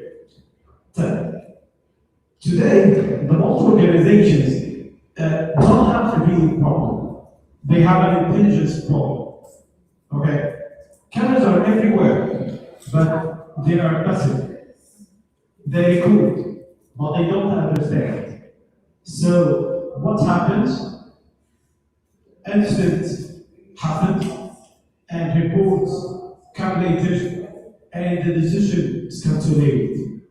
So, the question is not, do you have cameras? But the question is, do you have cameras understand what they see? This is amazing. Okay? This is exactly where AI comes in. Not as a trend, but as a decision engine. At DB Technology, we built a platform supposed to transform your physical cameras from passive recording system to real-time AI-powered intelligence system. Think about it in instance. Understand scene, detect behavior, evaluate risks, and trigger actions. AI sees and understands the environment. It doesn't just detect objects, it understands actions. And using AI resourcing, it knows what dangerous and what normal. And most importantly, it acts in real time. Now, instead of building one solution, we built a modular intelligence system. Fire detection, HSE compliance, security, operation. So you are not investing in a tool, you are building an AI brain across your organization. But here you create game changer. We don't want you into redefined use cases. We give you the power to build your own AI logic without writing a single line of code. So, instead of waiting for vendor, you become the one who defines the intelligence. Let's start with this. Reduce accidents before they happen. Reduce operational costs and improve compliance automatically.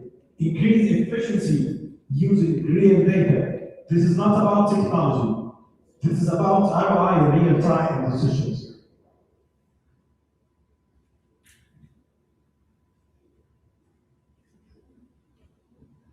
Why now? Because today, manual monitoring is not scalable, and AI is no longer experimental. It's ready, it's proven, and it works on your existing infrastructure. There is no need to lose your assets. So, let me leave you with this. Your cameras are already there. Your data are already there. The only question is, are you ready to turn it into intelligence or keep watching problem happens?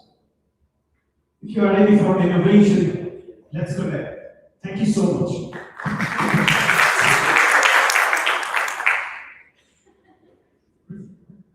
Thank you so much, Ahmed. That's cool. That's what you call getting your message across in the shortest amount of time possible. Amazing stuff. Thank you so much to all our wonderful keynote speakers this afternoon. Can we give them all a nice big round of applause, please? Fantastic information, fantastic insights, and great learning as well. I love that. Right, ladies and gentlemen, the moment we've all been waiting for has finally arrived.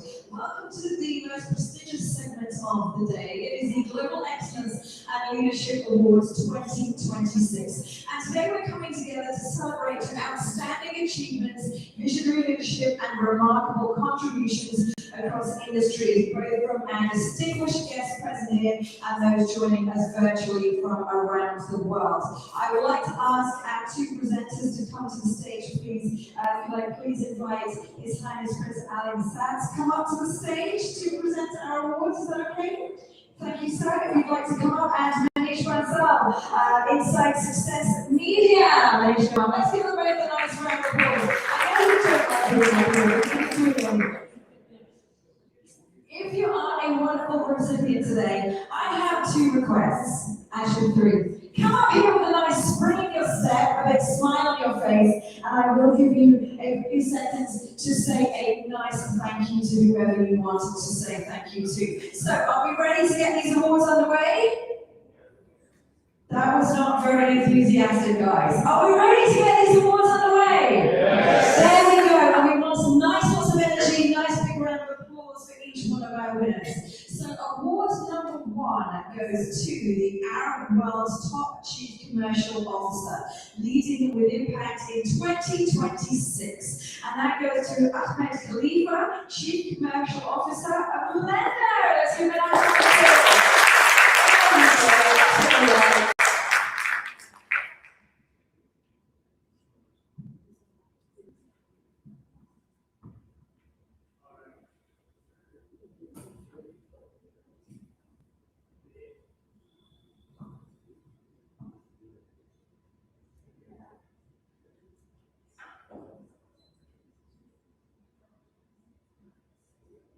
Thank you so much. So I'd like to thank everyone for supporting me to be here, and thanks for the prestigious award.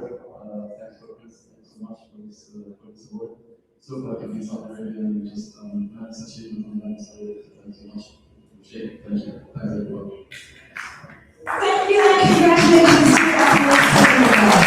our next award this afternoon for Outstanding Business Leader of the Middle East. 2026 award goes to Sandeep Manhari, CEO from Radiant Solutions. Let's give Sandeep a round of applause.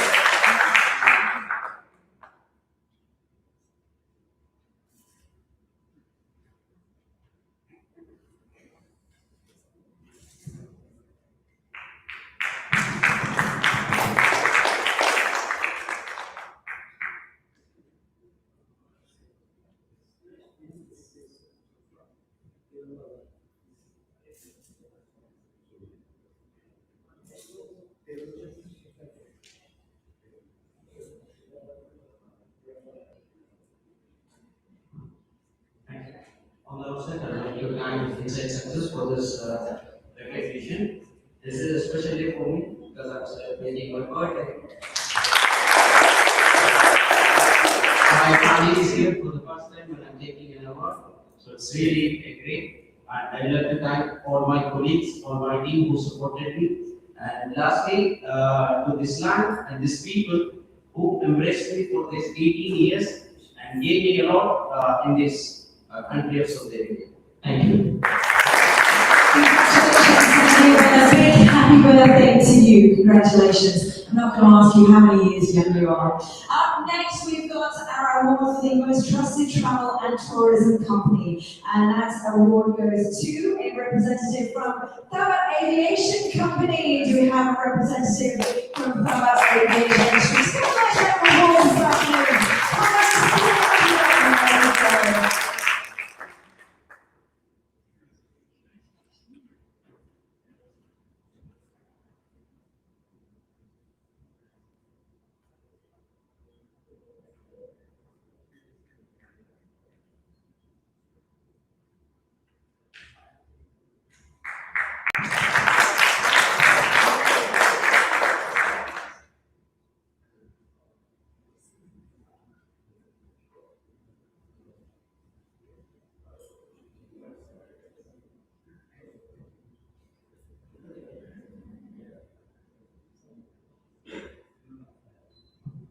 Hi, thank you very much. Really, it's amazing to have these issues for this. Thank you very much. Thank you. Thank you so much. Congratulations once again. Next award is for Global Excellence Leader in Infrastructure and Construction. And the award goes Abdulaziz Al-Dada is EVP from Rosa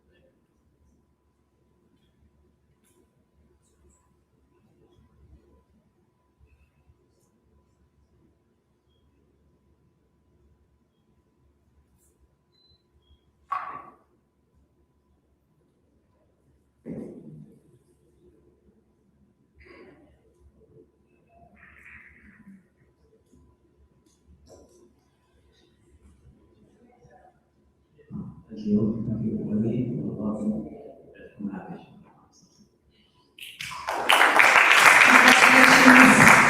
Congratulations on your amazing award. And next award this afternoon is for Creative Industry Leader of the Year. And that award goes to Vinny Rennie, Creative Director from Avatar Agency. Vinny, would you like to come up and get your award? Let's give Vinny a nice round of applause.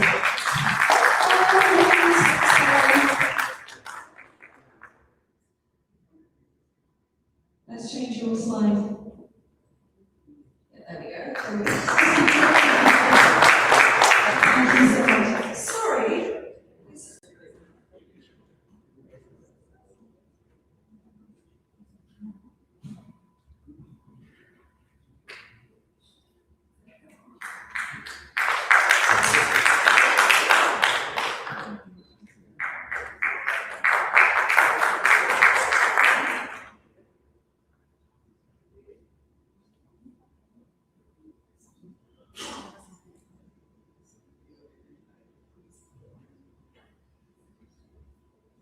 Thank you so much. I'm Vili Bugani from South Africa. I've got a 5-year-old son, and he was going to be asked about his speech, and he just said, I was just saying thank you. So thank you to your Highness. Thank you for the hospitality here. It's my first time in Saudi Arabia, which is eye-opening and really amazing. There's artificial intelligence. I heard that there's active intelligence. There's a third one called African intelligence. We are the youngest continent and we remain the youngest continent. So the opportunities in Africa and us taking our voice in this stage right now is actually showing us that collaboration between all the countries can be done more. Thank you so much, Your Highness. Thank you guys for joining us always. I loved your words of wisdom and insights earlier. And amazing that it's your first time in the Kingdom of Saudi Arabia. And one thing you'll notice about Saudi hospitality, they love to feed you. I always go home like 3 pounds heavier than when I arrived every single time. It's amazing. And next award this afternoon is for Kuwait's most dynamic leader. And the award goes to Ibrahim Abdul Latif, CEO from United Facilities Management. Let's give it a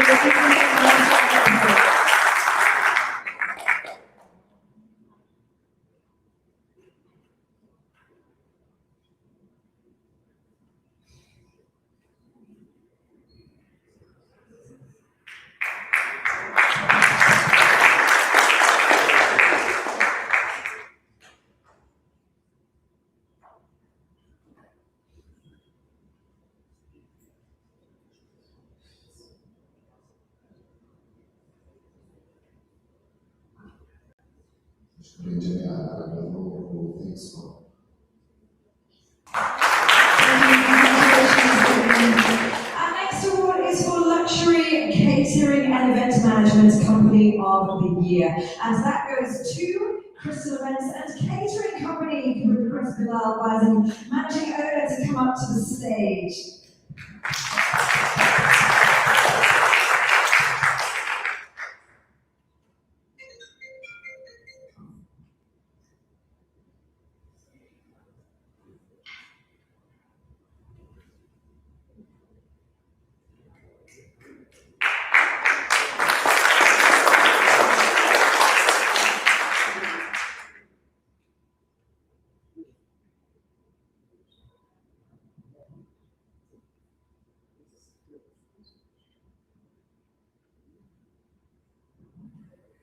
شكرا للحضور وشكرا لإنسايت سكسس أعطونا هذا التشانس وأكدت المواهب اللي نحن قدرنا حتى وصلنا لها. شكرا للحضور و thank you again for giving us this chance.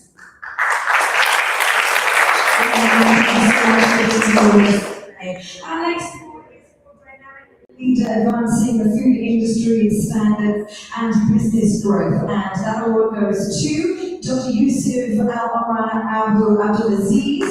And if you would like to come up to the stage, Dr.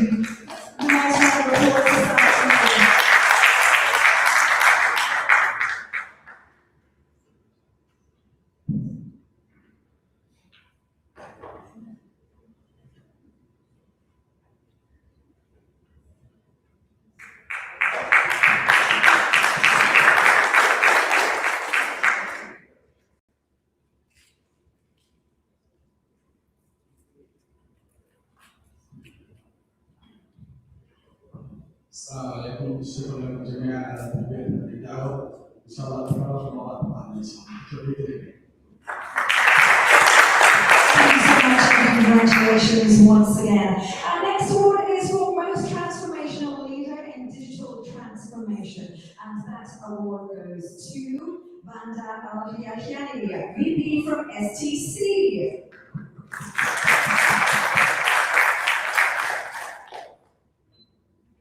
Is Vanda here? Do we have any representatives from STC? No, okay. We should move on to our next one then. Our next award is for Most Transformational Leader in Biotechnology, and that goes to Mohammed Al-Fahid, Director of the Ministry of Investments.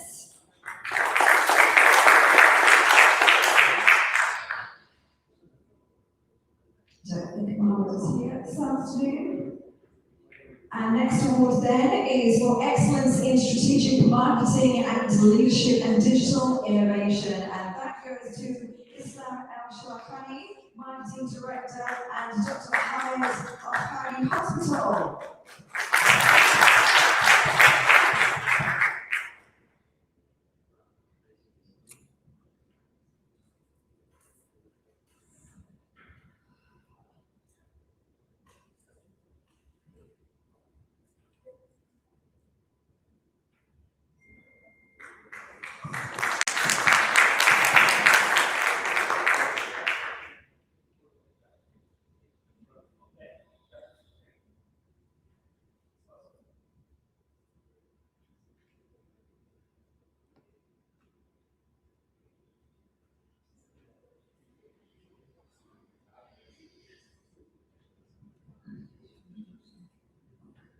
Thank you.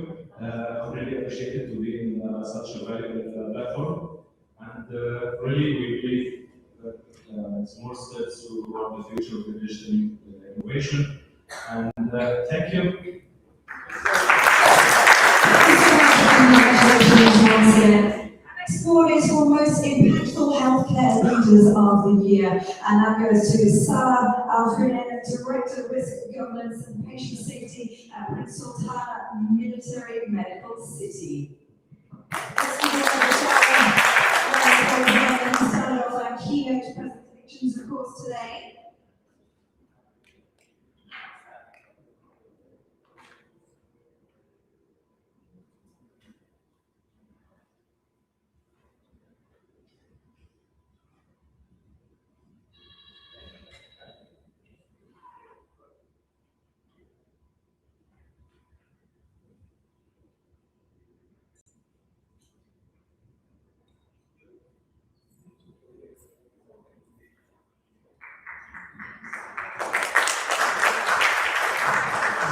I'm really sincerely grateful for the prize organizing committee. I'm really grateful for the Royal Highness to be with us here. And I'm now motivated to strive for more productivity, more thoughts, more science, and more promotion for my country. Thank you so much. Thank you so much, Sarah. Always a pleasure to have you with us. And our next award this afternoon is for Most Impactful Women Leader in in cybersecurity, and that goes to Anshul Gupta, founder of Agent Stack, one of our keynote speakers this afternoon. From Singapore with us today.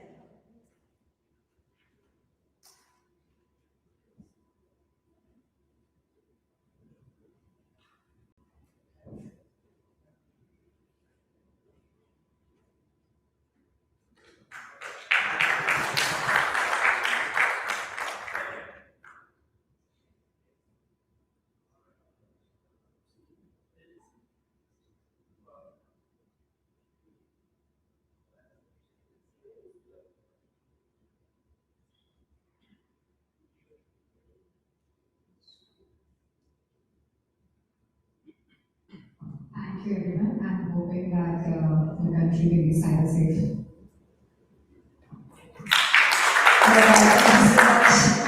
Up next, our award is for excellence in cybersecurity, governance, and digital transformation leadership. And that goes to Saeed Haider, Associate Director of Cybersecurity, CCC by STC, another one of our keynote speakers.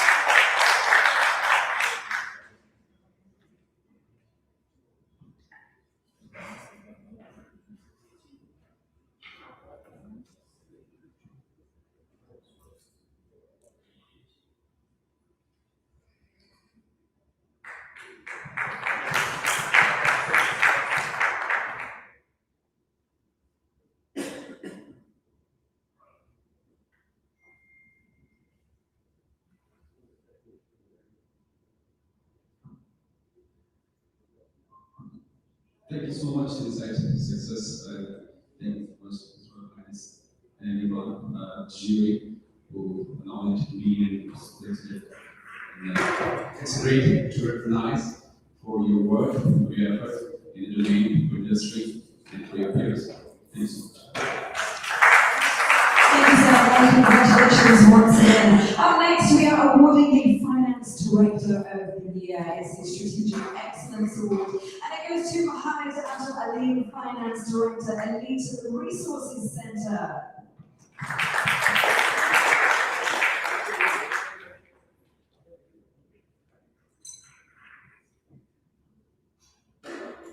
Always got to get the paparazzi moment in, it's fine.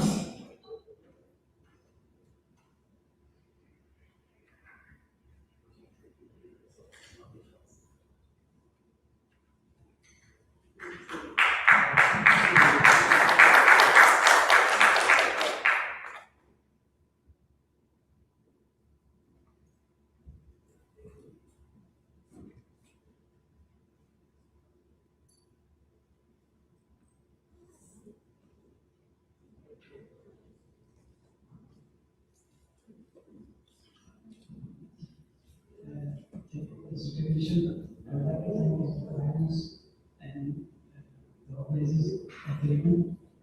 Thank you so much.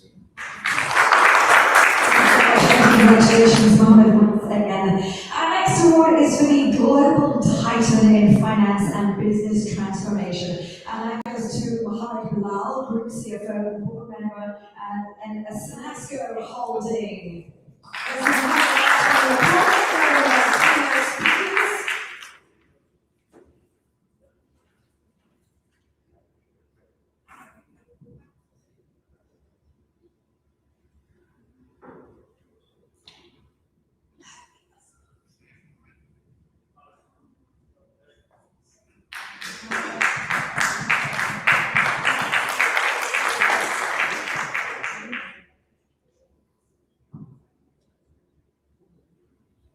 Thank you very much, stakeholders, site access.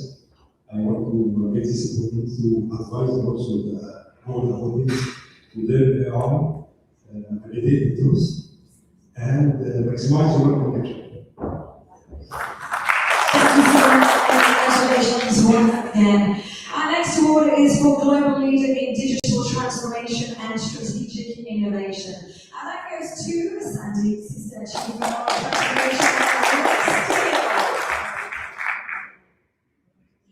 Do you have a voice, Sandy? If you want, we'll try.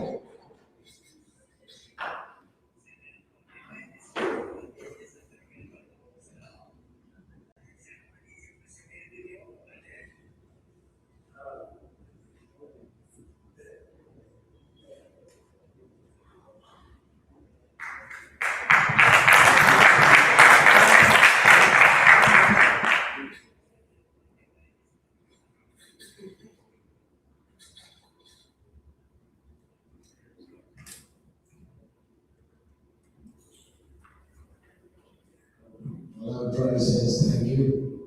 Because it's really done right now, but yeah, especially as a woman, and I'm here, and of course,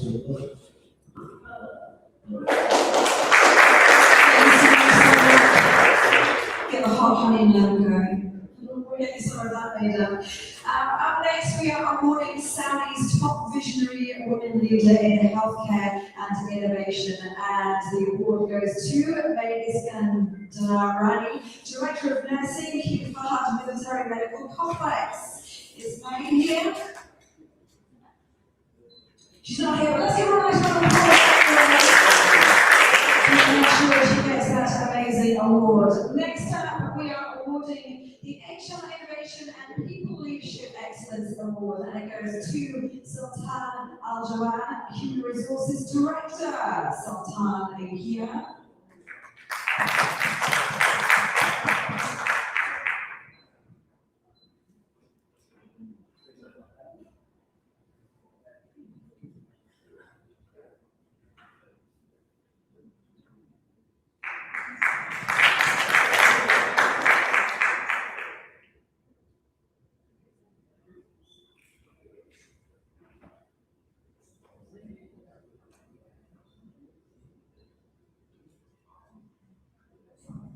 Hi everybody, wow, it's 18 years experience and lot of purpose.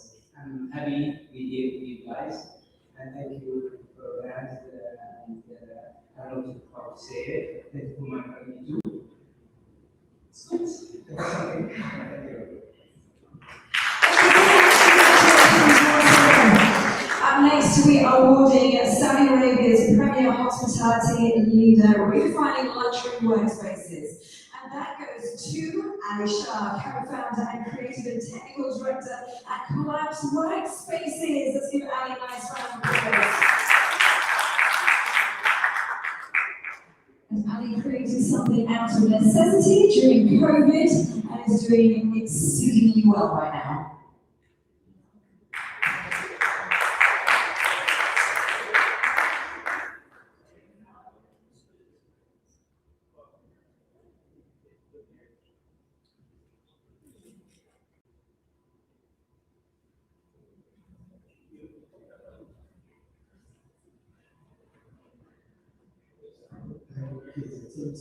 Like this, increase the what I think. Also, like on the video visit, and because this goes out, just open up this in branches, on the branches campuses and the city.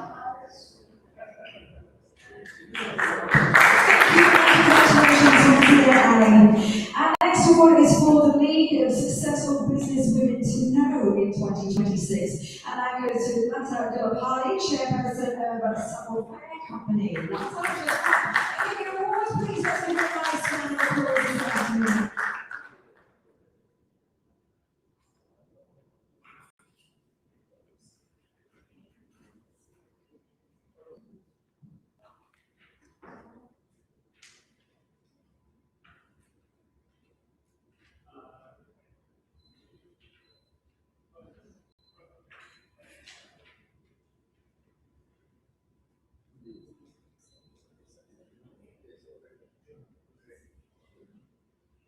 I love that award title, the League of Successful Women. You're just not just one person, you're an entire league. Thank you. Thank you, your hands. Thank you. Thank you, Nata. Let's give her a wonderful round of applause this afternoon. Thank you for being with us, and congratulations.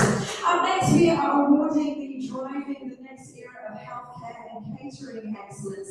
And the award goes to Mohammed Fouad Al Ibrahim, Director of Operations and Business Development, National Catering Company of Saudi Arabia. Let's give a nice round of applause.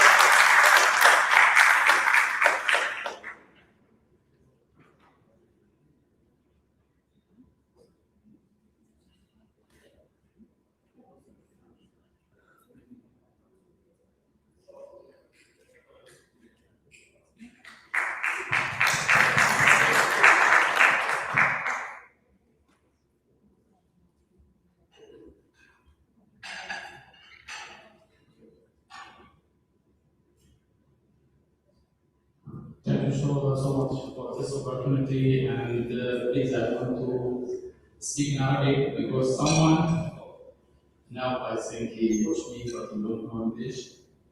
شكرا جميعا وشكر كبير لوالدتي اللي وقفت معي كثير. شكرا جزيلا.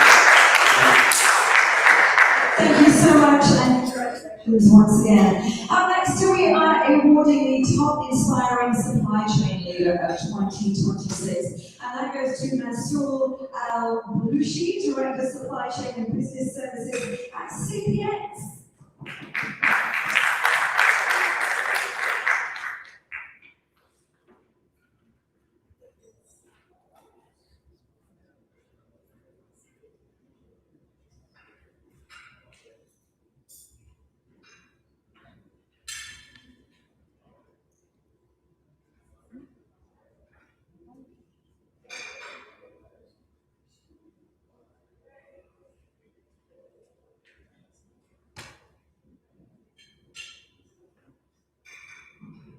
I always say that behind every successful organization there is security.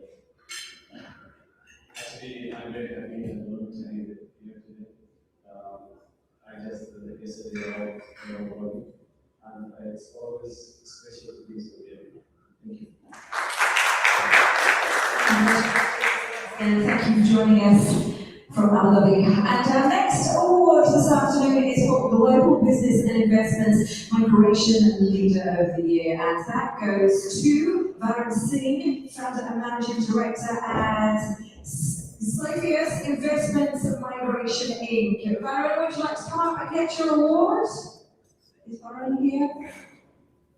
No, apparently not. We'll make sure they get that award. And up next, we are awarding CEOs driving change across the Middle East. And that goes to Jawad Raishi, CEO LucidPay.io.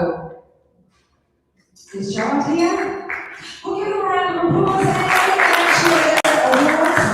Up next, third time lucky, let's see, Outstanding Entrepreneurs and Leaders Awards. And it goes to Sajad Pierre Bacchus, founder and CEO of Housesmith Management. Third time lucky, I like that.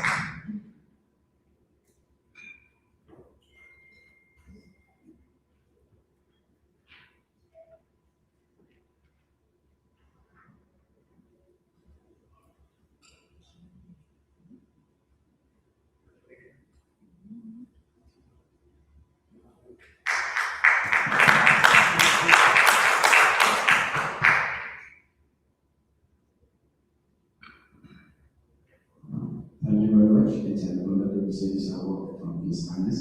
It's my second participation in this success. It's a good collaboration, and I wish to inform you that today is my mother's birthday. So I dedicate this award to her fully, and it's an honor to receive this award. Congratulations and happy birthday to you, Mum. Full stop. Outstanding Digital Transformation and Business Strategy Leader. And that goes to Dr. Ahmed Hanafi, CEO of Cybersecurity.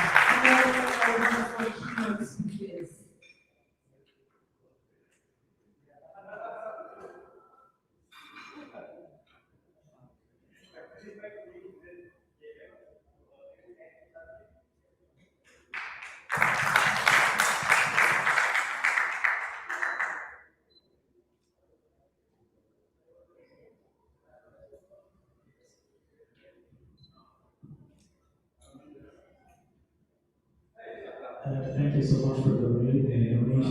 It's my pleasure actually to be with all of you today and meet you today. And let's connect. Thank you. Connections are always good, collaborations even better. Up next, our next award is for the Business Excellence Award, and it goes to Rakesh and Rao, Director of Rao's Associates. Do you have Rakesh here? We'll make sure Rakesh gets that award. Up next, we're awarding the Investment Leadership Excellence Award, and it goes to Abu Khalik Ahmed, CEO of Gulf International Investment Company, Saudi Arabia.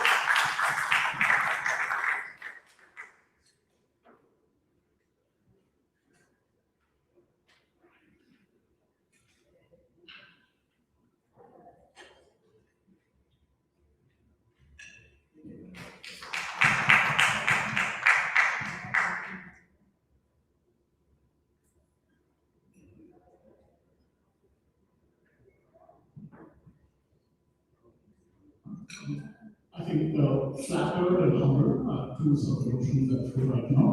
But then again, rather than seeing this as a culmination of decades of investment in finance, I would see this as the start of the next chapter, and sort of contributing in my own way to the growth of Saudi Arabia and the leadership of the country. Thank you. Thank you so much for being with us, and congratulations once again. Up next, we are awarding the Emerging Leader in AI Technology and Digital Innovation, and that goes to Abhijit Dasgupta, Client and Outcomes Director at SoftServe. Do we have Abhijit here with us today? We do. Come all the way from the back. It's like a long Oscars walk.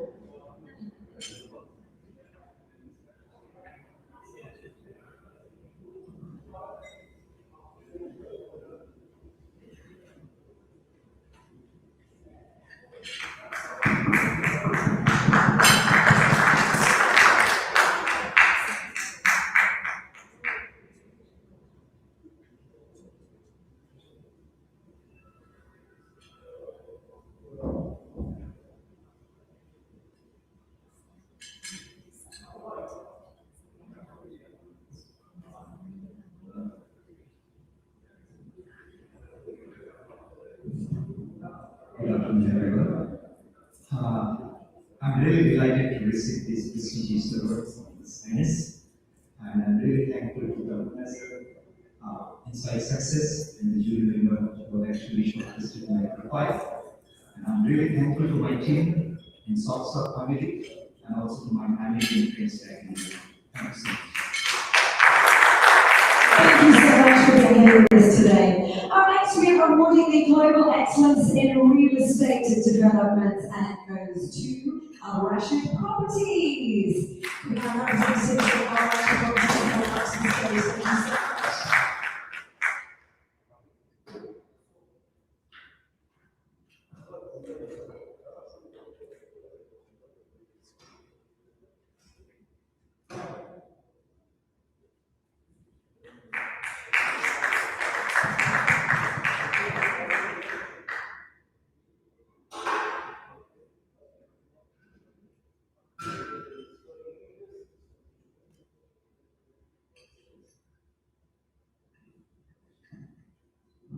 Good afternoon, everybody. I'm very appreciative for this big festival, and we're looking for more success in the future. Thank you for everybody. Thank you for Rashid and our team. Thank you so much. Thank you. And next, awarding investment strategist of audio to Fadi Al-Darabah. Investments. Congratulations.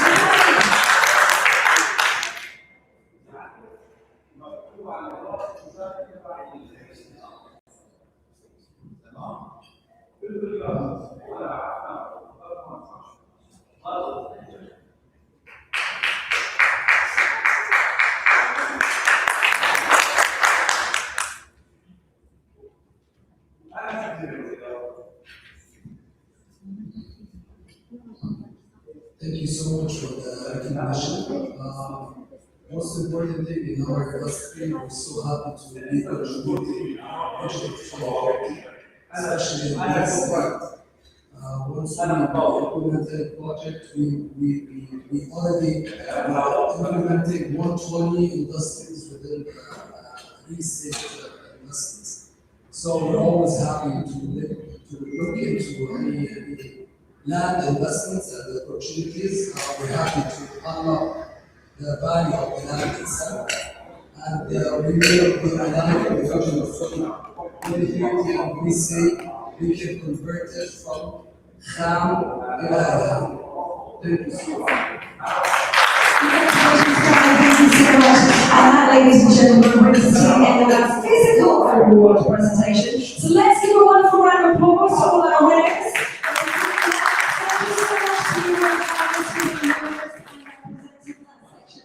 Thank you so much, Shukran. And while we celebrate excellence here in Riyadh, we also take immense pride in recognizing our distinguished attendees joining us virtually from around the globe. Distance is certainly no barrier these days when it comes to excellence, and Japan for being part of this global celebration. So let us begin the virtual awards. And first up is the Real Estate Company of the Year, Middle East 2026, and it goes to Caesarea Development Corporation, and from Caesarea Corporation. Congratulations, we celebrate them. That's a nice round of applause. People are watching virtually, so our next award is for Qatar's Next Gen C-Suite Leader, setting new benchmarks, and that goes to Hisham Salim, CEO of Residential Real Estate. Congratulations, Hisham. Give him a nice round of applause. Next, we are awarding the Outstanding CEO Shaping the Future of Credit Intelligence, and that goes to Engineer Mohammed Adam, Chief Executive Officer from Bayan Credit Bureau. Congratulations to Hisham. Let's give him a nice round of applause. Next, we have the Outstanding General Manager of the Year, Saudi Arabia, and that goes to Darren Williams, GM from Greco LLC, LLC. There we go. Yes. All right, we're on to the next round now. I've got to Darren. I told you this was going to be quick. Up next, we are awarding the Inspirational Icon to look for in 2026. And that goes to Professor Brunella Rosa, CEO and Head of Research from Rosa and Rubini. Congratulations to Brunella. There we go, thank you so much. I think we've got a couple of switches there. Our next award is the Inspirational Icon to watch, and that goes to David Atson, Chief People Executive at Tribe Health. There we go, congratulations to David. Well done. Our next award is for Most Transformational Leader Making an Impact in 2026, and that goes to Bien Shevkin, Chief Growth Officer from Matchmaker Ventures. Congratulations to you. Awarding Breaking Barriers, Women Leaders to Follow in 2026 goes to Rachel Turner, Global Integration Leader from Palace Digital. Congratulations to Rachel. Next, we are awarding Asia's #1 Aerosol Motorcycle Paint Award, and that goes to Olga Yukien, founder and CEO from GX. Congratulations to them. Next, we have the award for leadership and innovation, steering fintech through complexity and change, and that goes to David Van Nykerk, CEO of Neural Group. Congratulations to Dave. Of course, we have sponsors as well. Next up, we are awarding the most influential CEO to look forward to in this year. That goes to Darren Bush, CEO of Theory Financial. Congratulations to you. Next, we are awarding the Visionary Woman Leader of the Year for Culture and Transformation. And that goes to Rima Malik, CEO and founder from Soul Hearted Consulting. Congratulations to Rima. Our next virtual award is for the 10 most influential tech leaders of 2026. And that award goes to Drew Kane, Chief Product Officer from Media Ocean. Congratulations to Drew. Next, we are awarding Abu Dhabi's most influential business leaders of 2026. Goes to Sofika Diani, Managing Director for One World Business Consultancy. Congratulations, Sarah. And next, we have the Entrepreneurial Excellence and Strategic Leadership Award, and that goes to Lucky Oyotoke, founder and board member from SIIT. Congratulations to Larry. Our next award is for Women in Leadership Automotive Services Excellence Award. Goes to Ms. Evelyn Korkmaz, CEO from TukTuk. Congratulations to Liz. Next up, we are awarding the most innovative Contact Leader of the Year, and that goes to Andrew Rampton, Industry Transformation Leader APAC from Procure Technologies. Congratulations to Andrew. Let's now bring it forward. And lastly, we have the Executive Excellence in Oil and Gas Leadership Middle East, and that goes to Abdulaziz Al-Sawafet, VP of Al-Sawafet Oil and Gas. Congratulations to Abdulaziz. And let's give a big round of applause to all our amazing virtual awardees this afternoon. Once again, congratulations to them all. And everybody here continues to inspire excellence across borders. Shukran, we look forward to celebrating with you in person very, very soon. And as we now come to a close of this remarkable celebration, we're going to extend our heartfelt